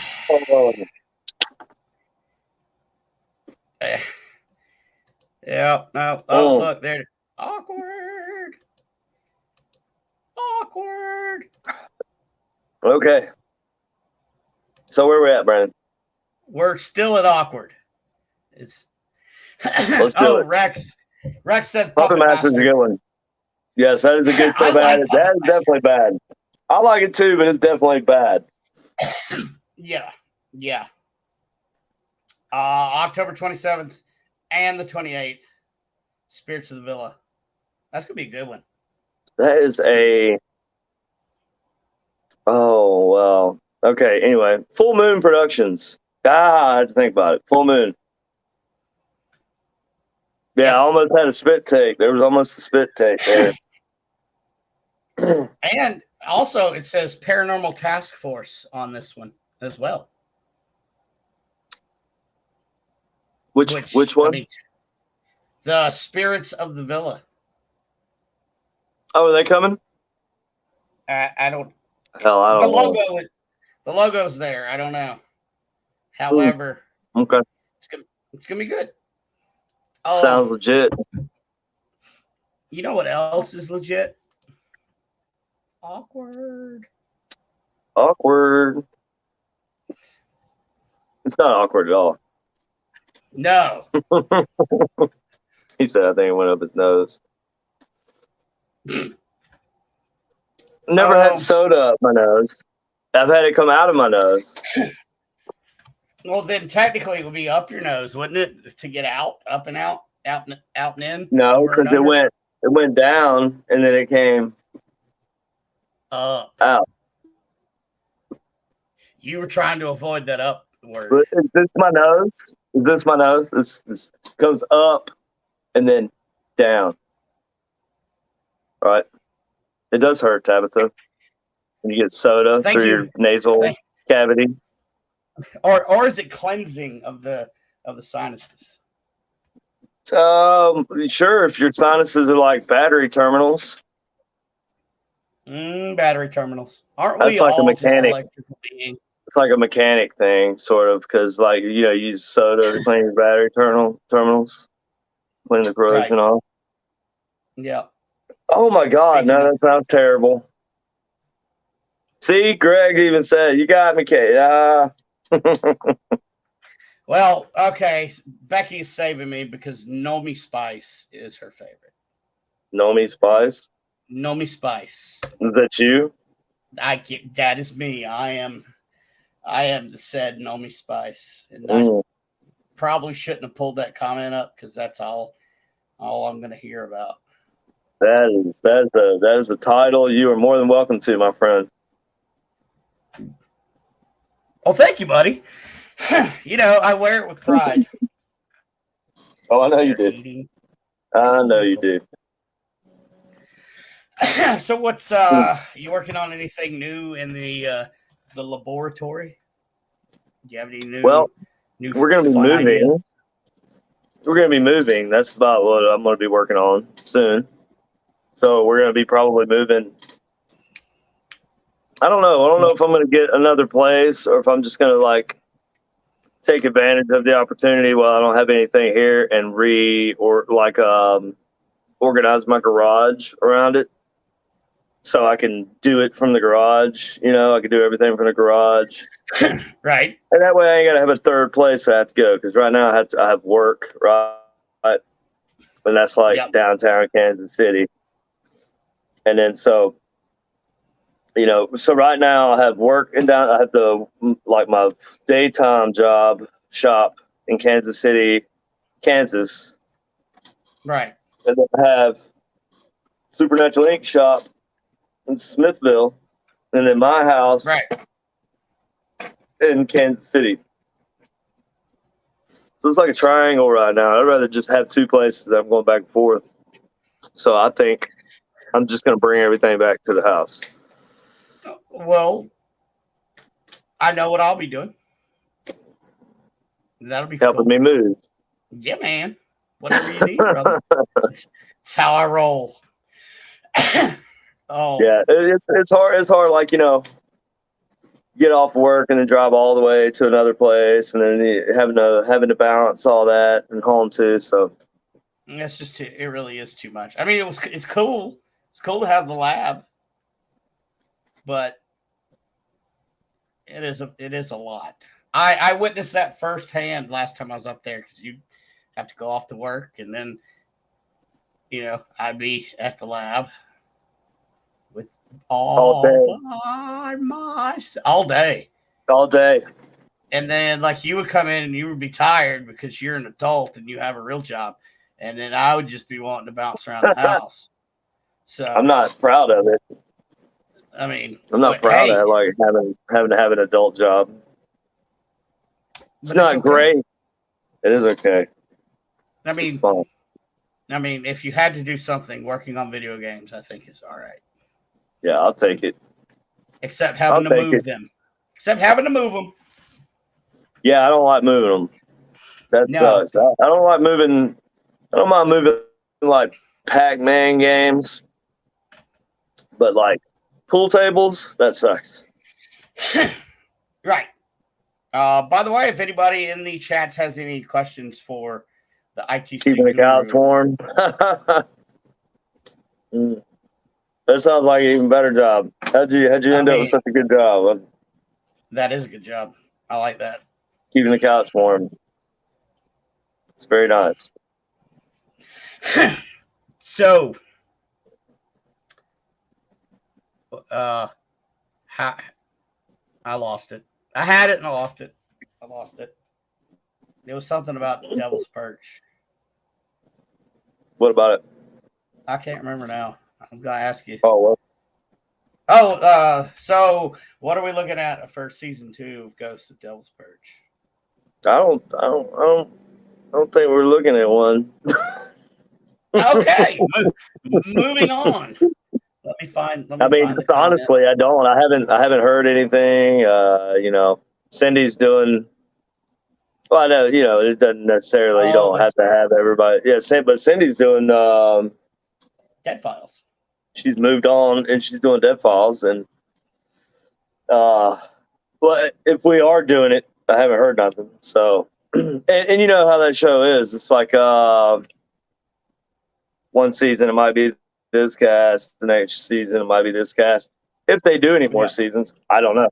I know it's been something since Warner Brothers took over, and yeah. Yeah, I was kind of like, now everything is on HBO Max, and I'm sure there's tons of shakeup in the executive areas of.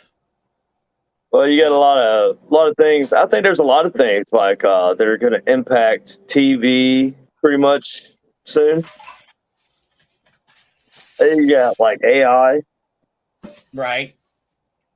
ChatGPT. You know, yeah, ChatGPT. So that's one. They had a writer's strike recently. I don't know what happened with that. I haven't kept up on it. And then, Warner Brothers took over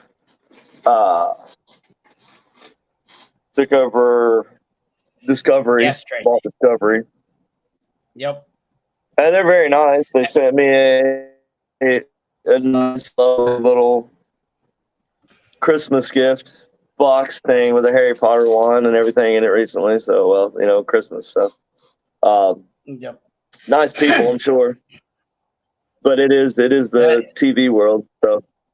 Yeah, and then Tabitha's like, "What do you think happened?" Kindred Spirits got it too. I think Destination Fear. Destination Fear got the chop. Yeah. There's a lot of shows that won't be back. But I mean, yeah, they're going to go on and do their own thing, and I'm sure everybody will do fine. And it's not like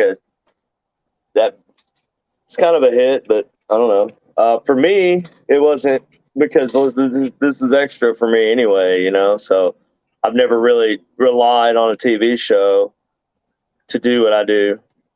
I don't need to be on TV. And I've always said that. I've always said, I'm grateful for the time I've got to spend on TV and all that, but I don't require it. Right. It's not a necessity for me. I'm still going to just go on and continue doing my thing. So that's where we're at. Yeah, and I mean, that's a pretty huge shakeup there with the old, and what to answer Tracy. Yeah, it's HBO, but it used to be called something. It was like HBO something, but now it's called Max, the app, and it once was that. I thought it was again. However, the days of the snow, and is that a nipple or an elbow? Where it's over. Right. Yeah.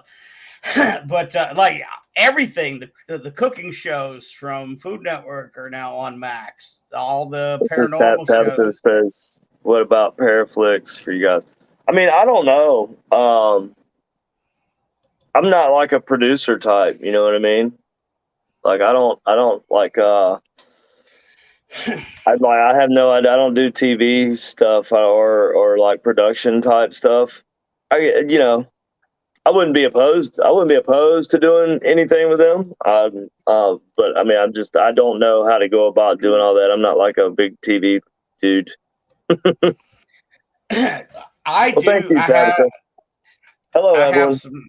Hey, Evelyn. I do have some friends at Paraflix that I talk to regularly, and maybe they're. I've heard. Hey, Ceiling. Oh, I know that ceiling well. I've heard nothing but good things about Paraflix. So Yeah, they look like they're doing a lot of good stuff on there. I just, I'm not, I haven't like adapted into the community like a lot of people do. Like, I don't know. Maybe it's because I do my own thing. I don't know. I don't know a lot of people. I don't. It's not that I don't want to. I just, just don't. There's a lot of people run around and they do a lot of the paracons and everything. They get to meet each other and all that. And I don't have the opportunity to run around and do a lot of that networking. That's probably good for that type of thing. The Haunt channel. I haven't heard of that. Now that's pretty cool. I have to look into that. But and then I think a good show would be swapping jobs, like Martha Stewart Paranormal and Taps Cooking. Hey, why not? I mean, Martha Stewart. I mean, she hangs out with Snoop Dogg, so she was on the cover of Sports Illustrated recently. Did you see that? God, I don't know. I mean, I heard it was on there, and I'm like, half of my brain's like, I want to go see it. It's like the dead body in the river. You got to poke it, and you look at it. Can't look away. It'd be like looking at one of your friends' hot moms naked, right. Except only she's elderly now, right, and incontinent, or I don't know. Depends. I don't know. Yes, Tabitha, you got where I was going with that. Stand by me. Mm-hmm. Yep. River's Edge.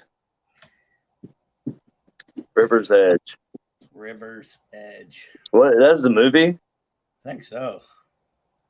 I was going more Stand by Me, but now I'm intrigued with the River's Edge. What was River's Edge? What was that? I think. Yes, Greg Koss says. So it was a movie. It was a movie. Right. I knew that. Okay. Yeah, the River's Edge. I've probably seen it. I just don't remember it. It's a movie, or it's Alive. Remember that band Live? That was. I do. One of their songs. Throwing Copper. That was their first album. It was. Live Throwing Copper. I had that album. That was In My Hands. Mm-hmm. That song. In my hands. Yeah. Yep. Ha ha. I'm very good. You are very good. Good night, Jamie. I was good night. Thanks for joining. Yes, thank you so much. So we got some cool stuff coming up, though, guys. It's gonna be fun. A lot of stuff. And there's some secrets that are coming up in 2024. There may be a brand new location for Supernatural Inc. Maybe several. Maybe several. But we're not going to talk about that. There will be several, but they're not yet announced. Right. They are in the works. Well, we have several, and it's coming, and the announcement may be made towards the end of the year. I don't know. We'll see, but definitely it's going to be exciting.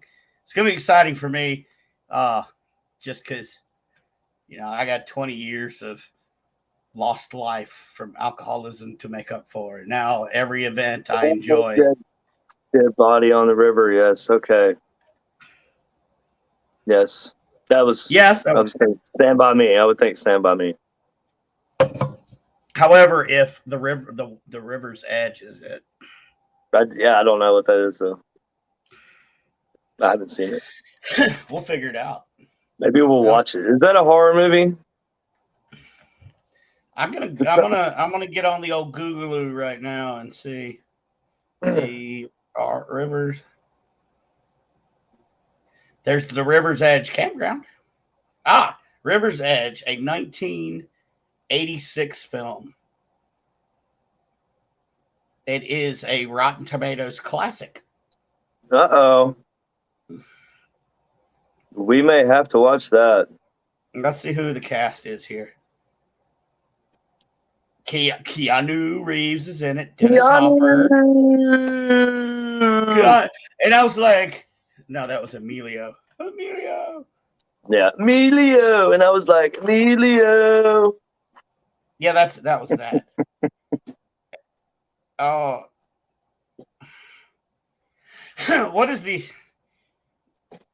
why to watch? It's shocking, bleak, and gritty.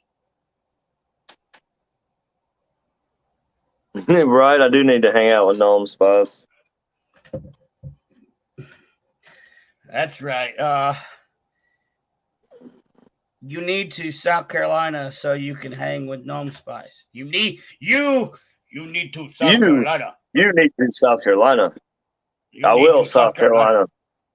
I have South Carolina quite a bit in the past, and I will South Carolina quite a bit in the future. I like grits too. Yeah. Oh yeah.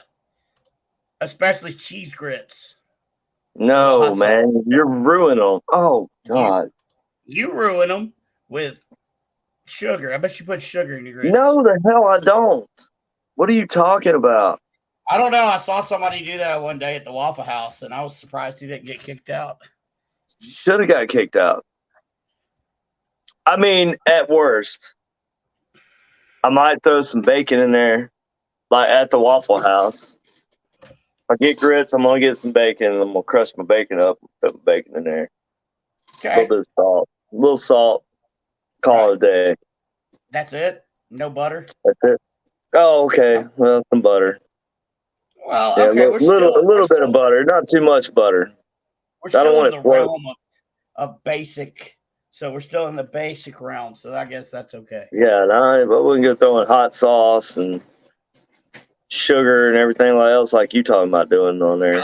I didn't put the sugar in it. That's what you said. No, I said there was a guy that I saw at Waffle House. There was a guy. Oh, I have this friend that puts sugar on his grits. I just, Right, Becky, there we go. Butter and salt only. And like I said, if some bacon happens to make its way into it from the plate, not a big deal. Even some eggs, hell, I'm not opposed to just mixing everything up. I mean, it's all, yeah. Hey, past concrete slab yesterday where your favorite Hardee's used to be. Did you really? There you where go. It used to be. I remember I got my first sourdough. Or was it the San Francisco? What's the thing about Hardee's? It was sourdough. What was it? The San Franciscan? I don't know. I know what you're talking about. You know what I'm talking about. I know what you're talking about. I can't remember. Anyway, yeah, dude, I used to go get shit on a shingle plate. Yes, that is right. Mix it all up. Yep. And that's an underrated dish. SOS. Frisco burger. Right there it is. Look at Kim Brady with the win in the clutch. In the clutch. What? Yeah, man. Oh. So, grits. Hey, y'all look at my game controller. How about that? There we go. It was very blue. Was it blue? Was it blue? It was. I saw. Oh no, it's a reflection. Okay, that's the blue, but that's not what I was seeing. Dennis Hopper's in that one. River's Edge. We're gonna watch the River's Edge. It sounds like an all-star cast. Good old steak biscuit from Hardee's is awesome. Yes, steak biscuit is good. Is that the? I guess it's just a regular steak biscuit. They have one though that's like a steak with gravy on the steak, and like an egg is a sandwich now at Hardee's. Yes, is it really? Yeah, dude, it's actually pretty good. There's no Hardee's close to me, man. There's one down the road, but it's down the road. It has to be because I think I've ever seen it, and I've ridden around. We'll go down there and get some. Well, you don't ever. Of course, you ain't never seen it. You don't get up before noon. And I like to get up. Who the hell eats at Hardee's past breakfast? That's why they have breakfast all day. They don't have breakfast all day at Hardee's. Yeah, they do. They do now. Do they really? Yes. Dude, I've been saying that for years. They should do that because that's all anybody eats from Hardee's. It's breakfast. That's all I ever want from Hardee's. I don't want no dang Hardee's burger. No, but whatever. Carl's Jr.'s.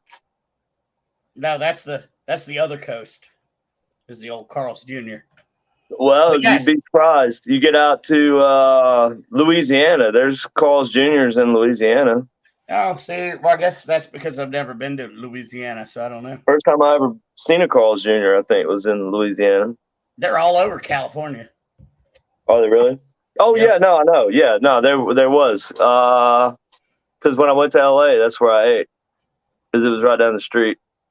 It was like, okay, I feel like a redneck in Los Angeles. Right. Here's a place that looks like Hardee's.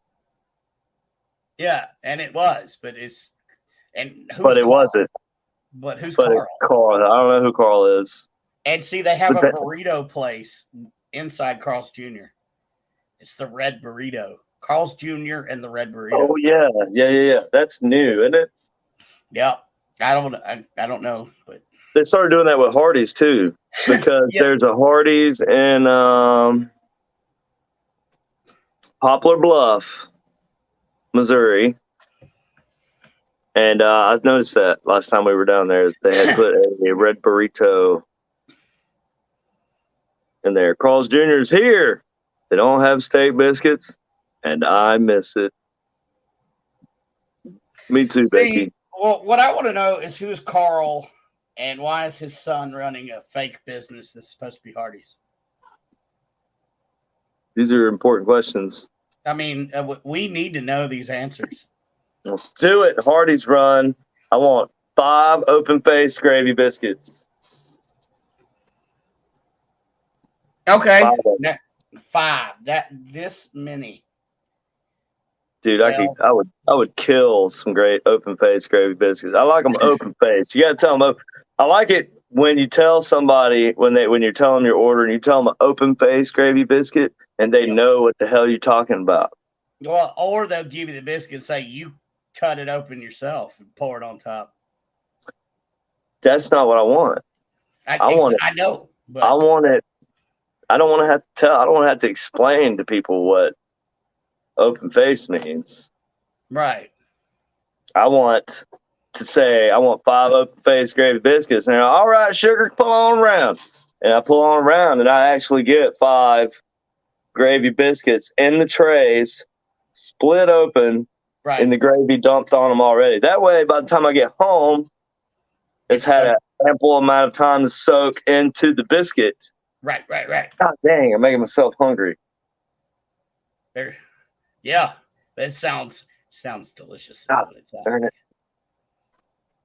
They say, everybody keeps saying, oh, they sell the same biscuits and gravy at Walmart. No, they don't.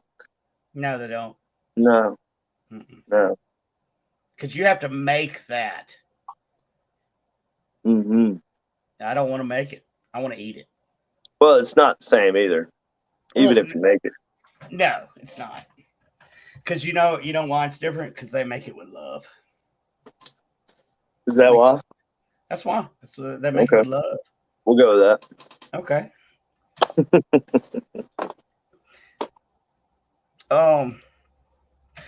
And yeah, we will have biscuit runs because I have been told that I'm supposed to feed the speakers.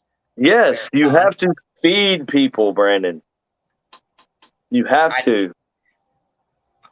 But I'm just so used to nobody You eats. can't just go pick everybody up from an airport and just drop them all somewhere and be like, well, there you go, boss. Have a good one. Can't do that. Yeah. Because obviously I tried that and it didn't work is what I'm getting at. I was like, well, hey, they got free breakfast at the hotel. Enjoy. Right. Yeah. Free continental breakfast. Yep. They're gonna have some cereals. Yeah, eat them. And they're gonna have some frosted flakes. Frosted flakes. Some fake milk. That's some right. Some of that unrefrigerated milk. Look, and I paid extra for that, y'all. I don't like unrefrigerated milk, Brandon. No, you don't. And you know what else you don't like? Empty peanut butter jars. Well, obviously. Right. They're way better when they're full. That's why I'm a huge peanut butter fan. the man has to have his night peanut butter. I do. I drink. Listen, I have been sent out many a time in towns where I don't know where the hell I'm at to go find some milk and some peanut butter. Mm-hmm. And I have succeeded each and every time. Mm-hmm. The man needs his I stepped it up though. I stepped it up, and now I like to have honey. This is true. Not just the honey peanut butter. It's not good enough anymore. No. I like a jar of honey. I like to have a jar of honey and a jar of peanut butter, like a gallon of milk. Mm-hmm. And I'm a happy camper. That's all he needs. That's it. And I want a metal spoon. God, have a metal spoon. I don't want a plastic spoon. You'd be breaking it and getting your eye. It's horrible. Yeah, how are you gonna scoop peanut butter properly with a plastic spoon? Well, first of all, you're not. No. This is why we use the metal spoon. This is where the metal spoon comes in. Right. The bigger, the better. He can get the longer the handle, so he doesn't get the peanut butter all over him. It gets in my beard. It does. I don't like it when it gets in my goatee. It's yeah. Yeah. It's peanut butter goatee time. It's not something I want to save for later. No, peanut butter is best eaten immediately. Enjoyed right out of the jar. Right, and that's just how nature intended.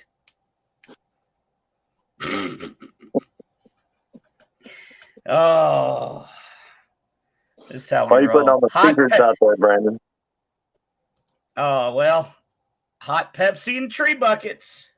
Thank you, Tabitha. You remembered. Hot Pepsi and tree. Yeah, that's bucket. Right. I missed the hot Pepsi. I missed that. Yep, I had forgotten about the hot Pepsi and the tree bucket. Greg says, what's that tree was bucket? A while back. That was tree bucket. Yes. Warm Pepsi. Greg Koss, you missed the whole tree bucket thing, man. That was priceless. Looks like a tree bucket. Oh. Warm Pepsi. Warm Pepsi. How do you like the losers party? Warm Pepsi. Yeah, you see, there'll be no warm Pepsi around here. No, that's a Coca-Cola. See, you can't. It's not a Coca-Cola. It's Coca-Cola. Coca-Cola. It's Coke. Yeah, Coke. Everything's Coke. Everything's Coke. Yep. Give me one of them neon green Cokes. Yeah, let me get one of them high octane Cokes. Mm-hmm. That'd be having. I like my favorite's the neon green Coke. I like a little bit of the diet Well, that just doesn't work, does it? That's like air conditioner water. Oh, Brandon, I'd just rather go over here to this air and drink this air conditioner water. Fair enough. Fair. Mhm. Is that what when you held that can up? What was it doing? Was it like it was like it's pixelating, isn't it? Oh, that's awesome. Right, yeah. Yes, it is. Like, look, you can see me through the can. Oh wow! Wait a minute. Look, there's my face. There's the shaman. No, you can see your shaman thing. Your right. bear. I like that. It's even. I'm gonna wear a white shirt next time. Then I'd just be a floating head. Just a beard. Is that a woman's face in the bear? I mean, maybe, but I don't know what's worse is that I'm trying to figure that out or that I almost turned around to look. Like I almost literally turned around to look. And for those of you that don't know, it's a green screen back there. Yeah. I was so tempted, man. I was good. What do you? Well, I don't know.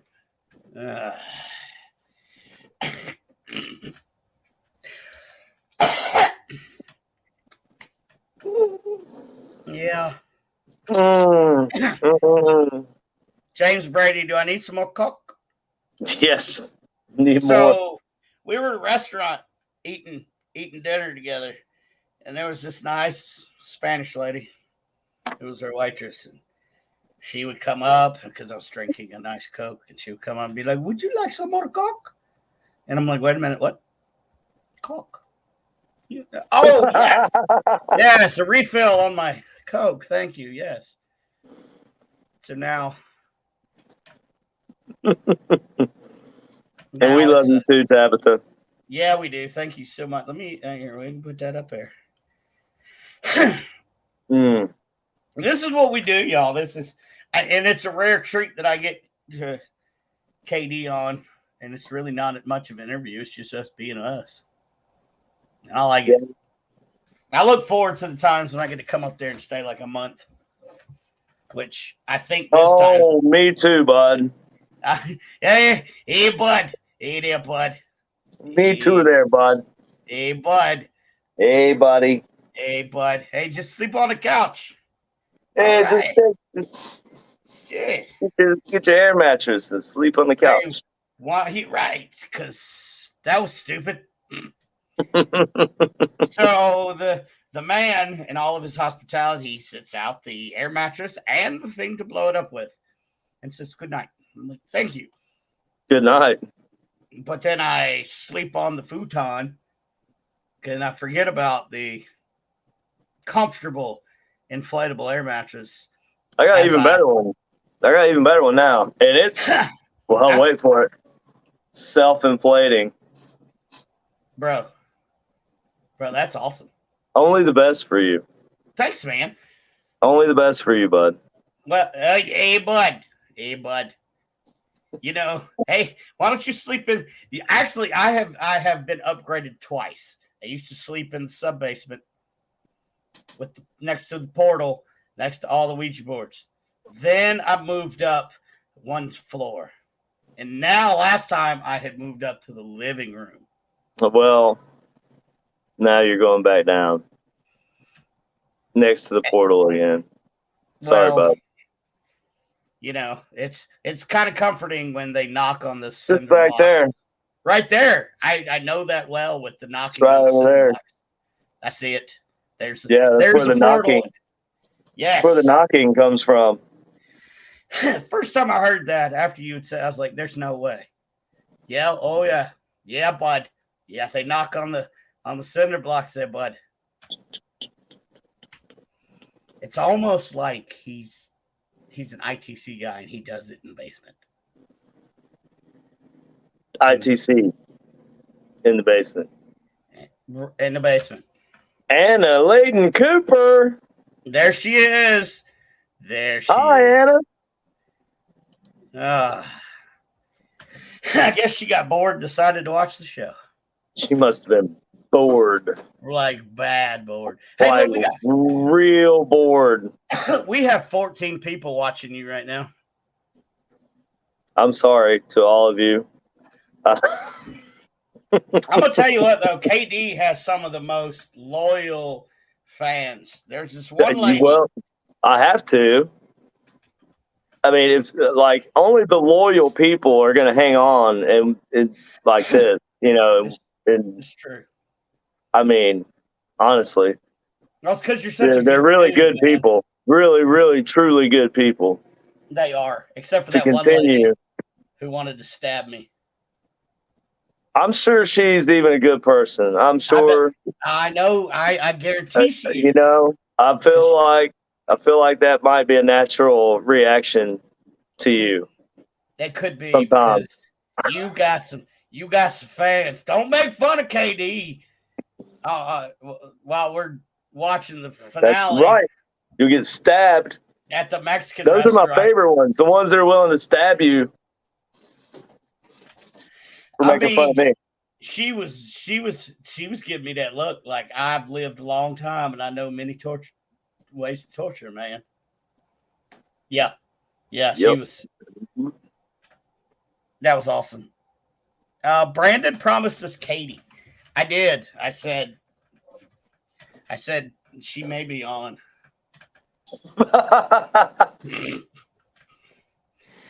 Somebody asked me. That's a promise. All right. By God. By God. Well, guess what, Greg? You ain't gonna get her. He lied. I did. Like that two-timing Reba McEntire guy. Ooh, she wrote that song about. When them lights went out in Georgia. Yeah. Okay, what did she know? Yeah, she knew, and she said Marines could get stabbed too. That's all I know. It was slightly traumatizing. It was because I think I said I was doing my normal. Oh, look at me! I'm KD. I'm on TV. And I do the slow turn as I'm making fun of him to this lady that if looks could kill, I'd already be talking on a spirit box from the other side. And she was not impressed. No, she was not very happy with me making not impressed with your antics, sir. Not at all. And I just sat down like I need to shut up because like she was having flashbacks from like a battle that didn't even exist yet. It's crazy. Like she'd done it before.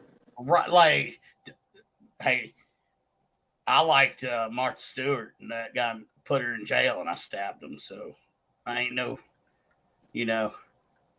stranger to this world. Mm-mm. I've had my ass in the grass. Can't say as I likes it too much. That's Can't one of them say ladies. as I likes it. Oh my God. KD, brother, thanks for coming on, man. You're welcome, buddy. It's always fun and an honor to get to interview you. Hey, I didn't even give you that hard of a time this time either. I know. It's it'll be made up for. I feel certain. Well, I just baited you and I was trying to bait you into turning around and looking. I was it was gonna happen. Well, is that a woman's face? Well, let me look. Behind you there? Yeah, I'm about dumb. Sometimes. I think you did, actually. I might have. I'm gonna have to go back and watch it, but I think you actually did one of these. I bet you know what I think I did too. I think I kind of did a little, and then I realized, well, that's just stupid. I mean, here we're gonna give a little behind the scenes just so people can know how dumb I am. We're gonna turn off the background here and show you what I was gonna look at. Right, because nobody can comprehend that Brent is truly sitting in front of a green screen. That's what I was gonna turn around and look at. What'd you do that thing, man? Man, let me tell you, it's hard to find green clothespins. Apparently, is that like somebody's dress or something that you just? Dude, it's bad, isn't it? I mean, you just ripped it up and just.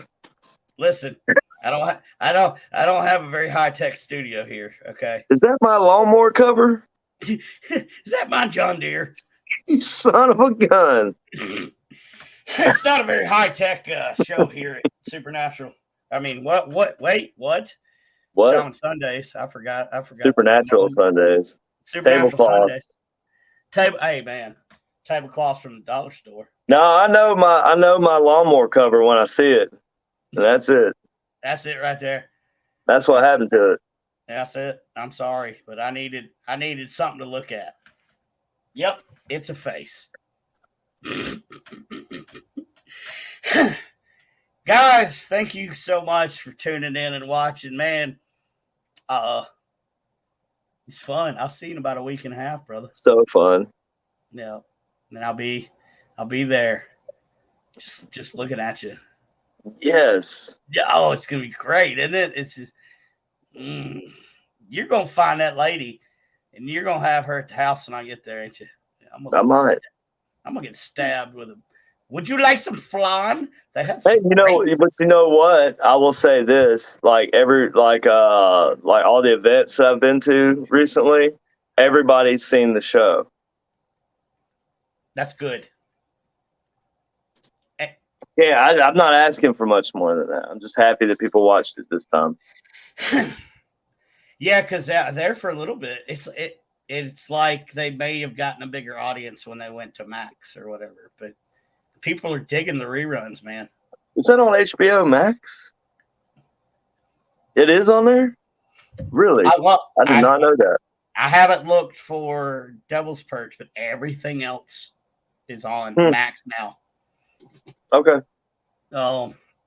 It's literally like they took Discovery Plus and said, screw that. Do they not have Discovery Plus anymore? Haven't gone to that, but there's nothing on there to watch. All the shows, all the new stuff is coming out on Max. Oh, okay. Alrighty. If anybody knows in the comments, is Ghost? I think Becky says Discovery Plus. Okay, which is cool, but I know it might be on both.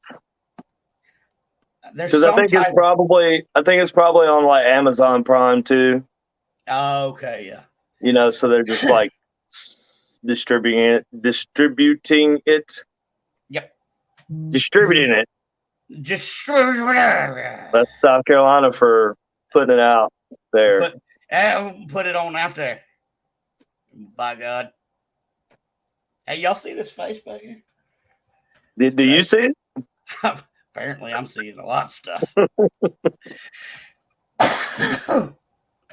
So, but it does seem like there's some type of transition going on between Discovery Plus, because all of Diners, Drive-Ins, and Dives are now on Max. So it seems like there's some sort of transition happening. Which yeah, I don't know what's going on. Dave is much more in touch with all the people than I am.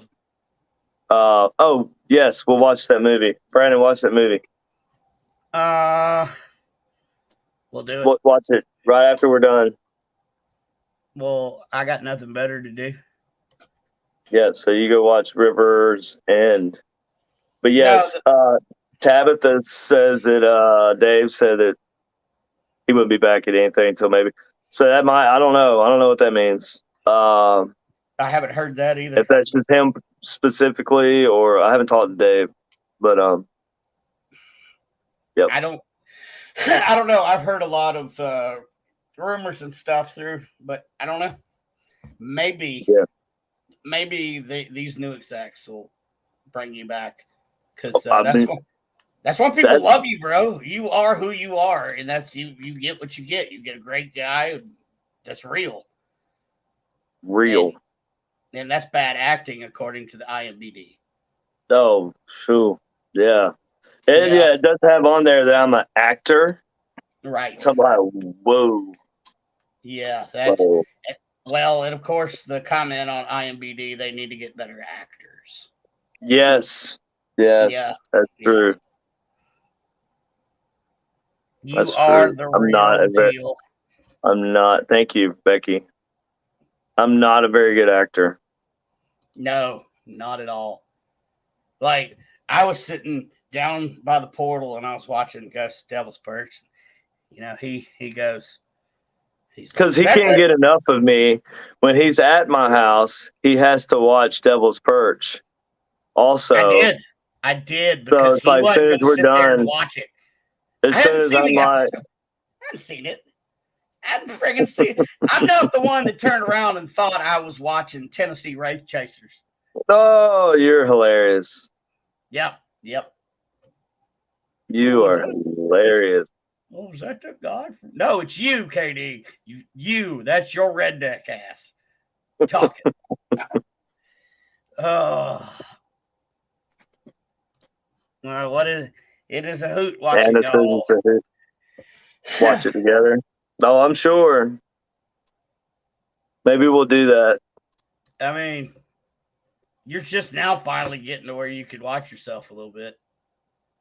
Yeah, I could do it. I could do it better now. I'm way better at it now. Tabitha Thank you, says Becky. that I sure hope so. You, Cindy, and Dave were fantastic together. I Oh, thought so. thanks. Thank you. Maybe. Yeah, I like Cindy and I like Dave. They were great to work with. Well, I don't maybe now that Cindy's doing Dead Files, maybe we can get little Sarah Lemos in there to replace Cindy. I'd be fine with Sarah coming back. I like Sarah. That would be. It'd be interesting to see how they would do that. Mm-hmm. Yeah, so I love Sarah. Sarah's like sister. You know, I love Sarah to death. I love Cindy too. They're both great. But yeah. Can you look if they bring y'all back together and you got Dave? I'm gonna buy a walking stick for Dave so he doesn't fall down so much. I don't know if that's the issue. I've seen a lot of his shows and he falls. If it's is it the walking? You think he's got a problem walking? I don't know. I feel like. I mean, if not, the man gets pushed a lot by the spirits. They don't like the old darkness Dave. Maybe a walker. Oh, just kidding. The old dirt days. You ever see this? I like it. Just a joke, bud. Hey, bud. Hey, Dave. If you're watching my show, first of all, wrong channel. Would I do? Second of all, would I do 28 days? I'd do 28 days. Ooh, good question. You got pushed a lot. Yeah, but I don't want to come in, take anybody else's thunder from them. But yeah, 28 days is a decent show. I definitely do that. I like the concept anyway. I like all the people they've had on there. I'm pretty good friends with a lot of them. Jeremy, Brandy, Aaron.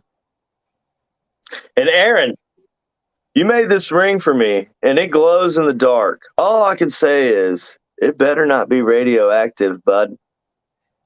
Hey, bud. See, hey, bud. Mine also glows in said darkness. Does it? Yes. Better not be radium in here, Aaron. Capital G Thompson. Aaron G. Thompson. Aaron Thompson. The underwear push-up man. Underwear model guy. Yes. That Brandon told me that. I didn't even know that, but I think it's hilarious. Yeah, it's great. I mean, hey, he's sponsored by underwear now. I think that's fantastic. I mean, go with your strengths. Right. I'm still looking for mine. I'm trying to think of a good pun here. I mean, if I had an underwear contract, I imagine it would be pretty brief. Yeah, I'd probably wear it out.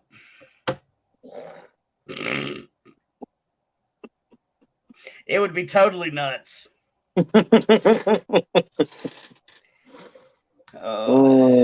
it would just always crack a smile. Crack. Mm. I want to get mom tattooed on. I like 2 M's on my butt cheek. And with that being said,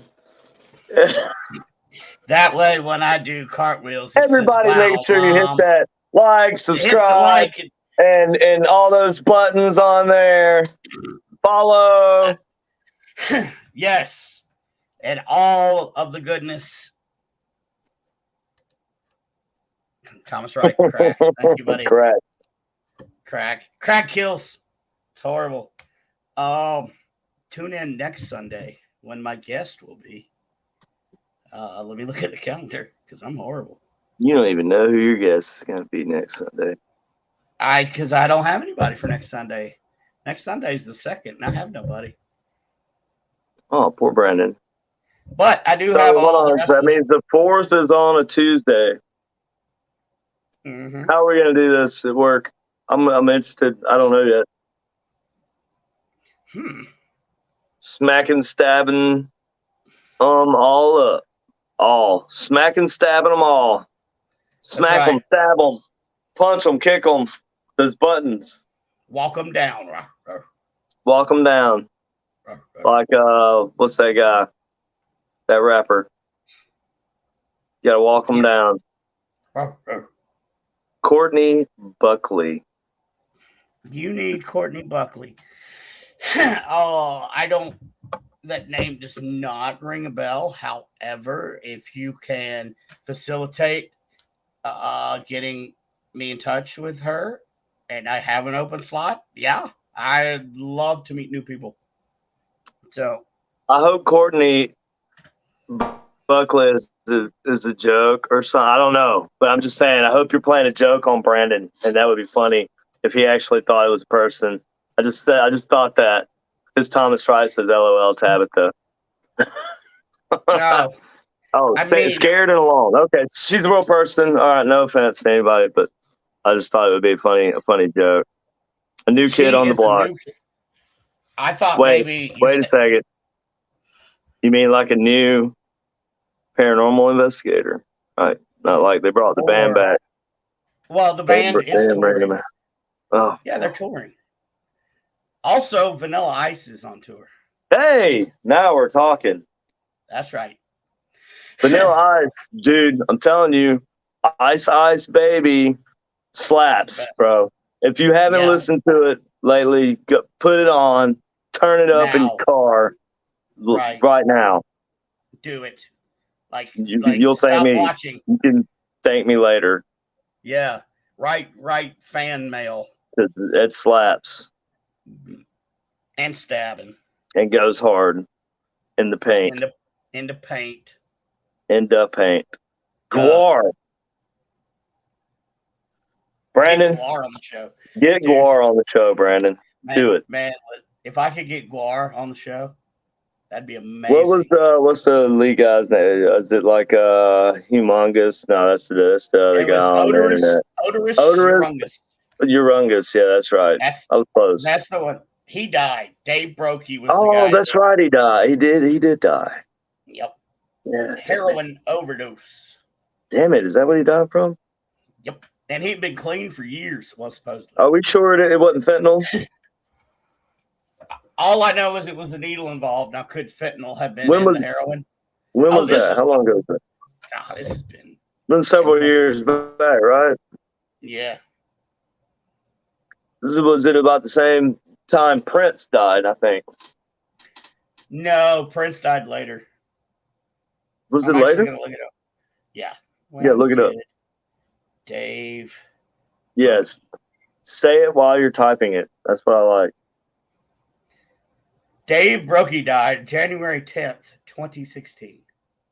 No, that's Dave Bowie. Yeah. He died. Yeah, Prince died in like 2017 or 2018, right? No, that was David Bowie that came up. BR. Oh. I would look it up on my phone, but I can't because I'm using it. Dave Brokey died March 23rd, 2014. Oh, crap. That's been a minute. Yep. Oh, damn. R.I.P. Mm-hmm. I went to his funeral. Did you? Mhm. And you couldn't remember when he died? Dude, I can't remember to get Wow. to wake up to go get open faced gravy biscuits, let alone when Dave Brokey died. Mm-mm-mm. Well, I mean, the one good thing about this podcast is that I can click this You, button. Brandon. You. I can click You are the this one button. good thing about this podcast. I can do this, and it's all over, ladies and gentlemen.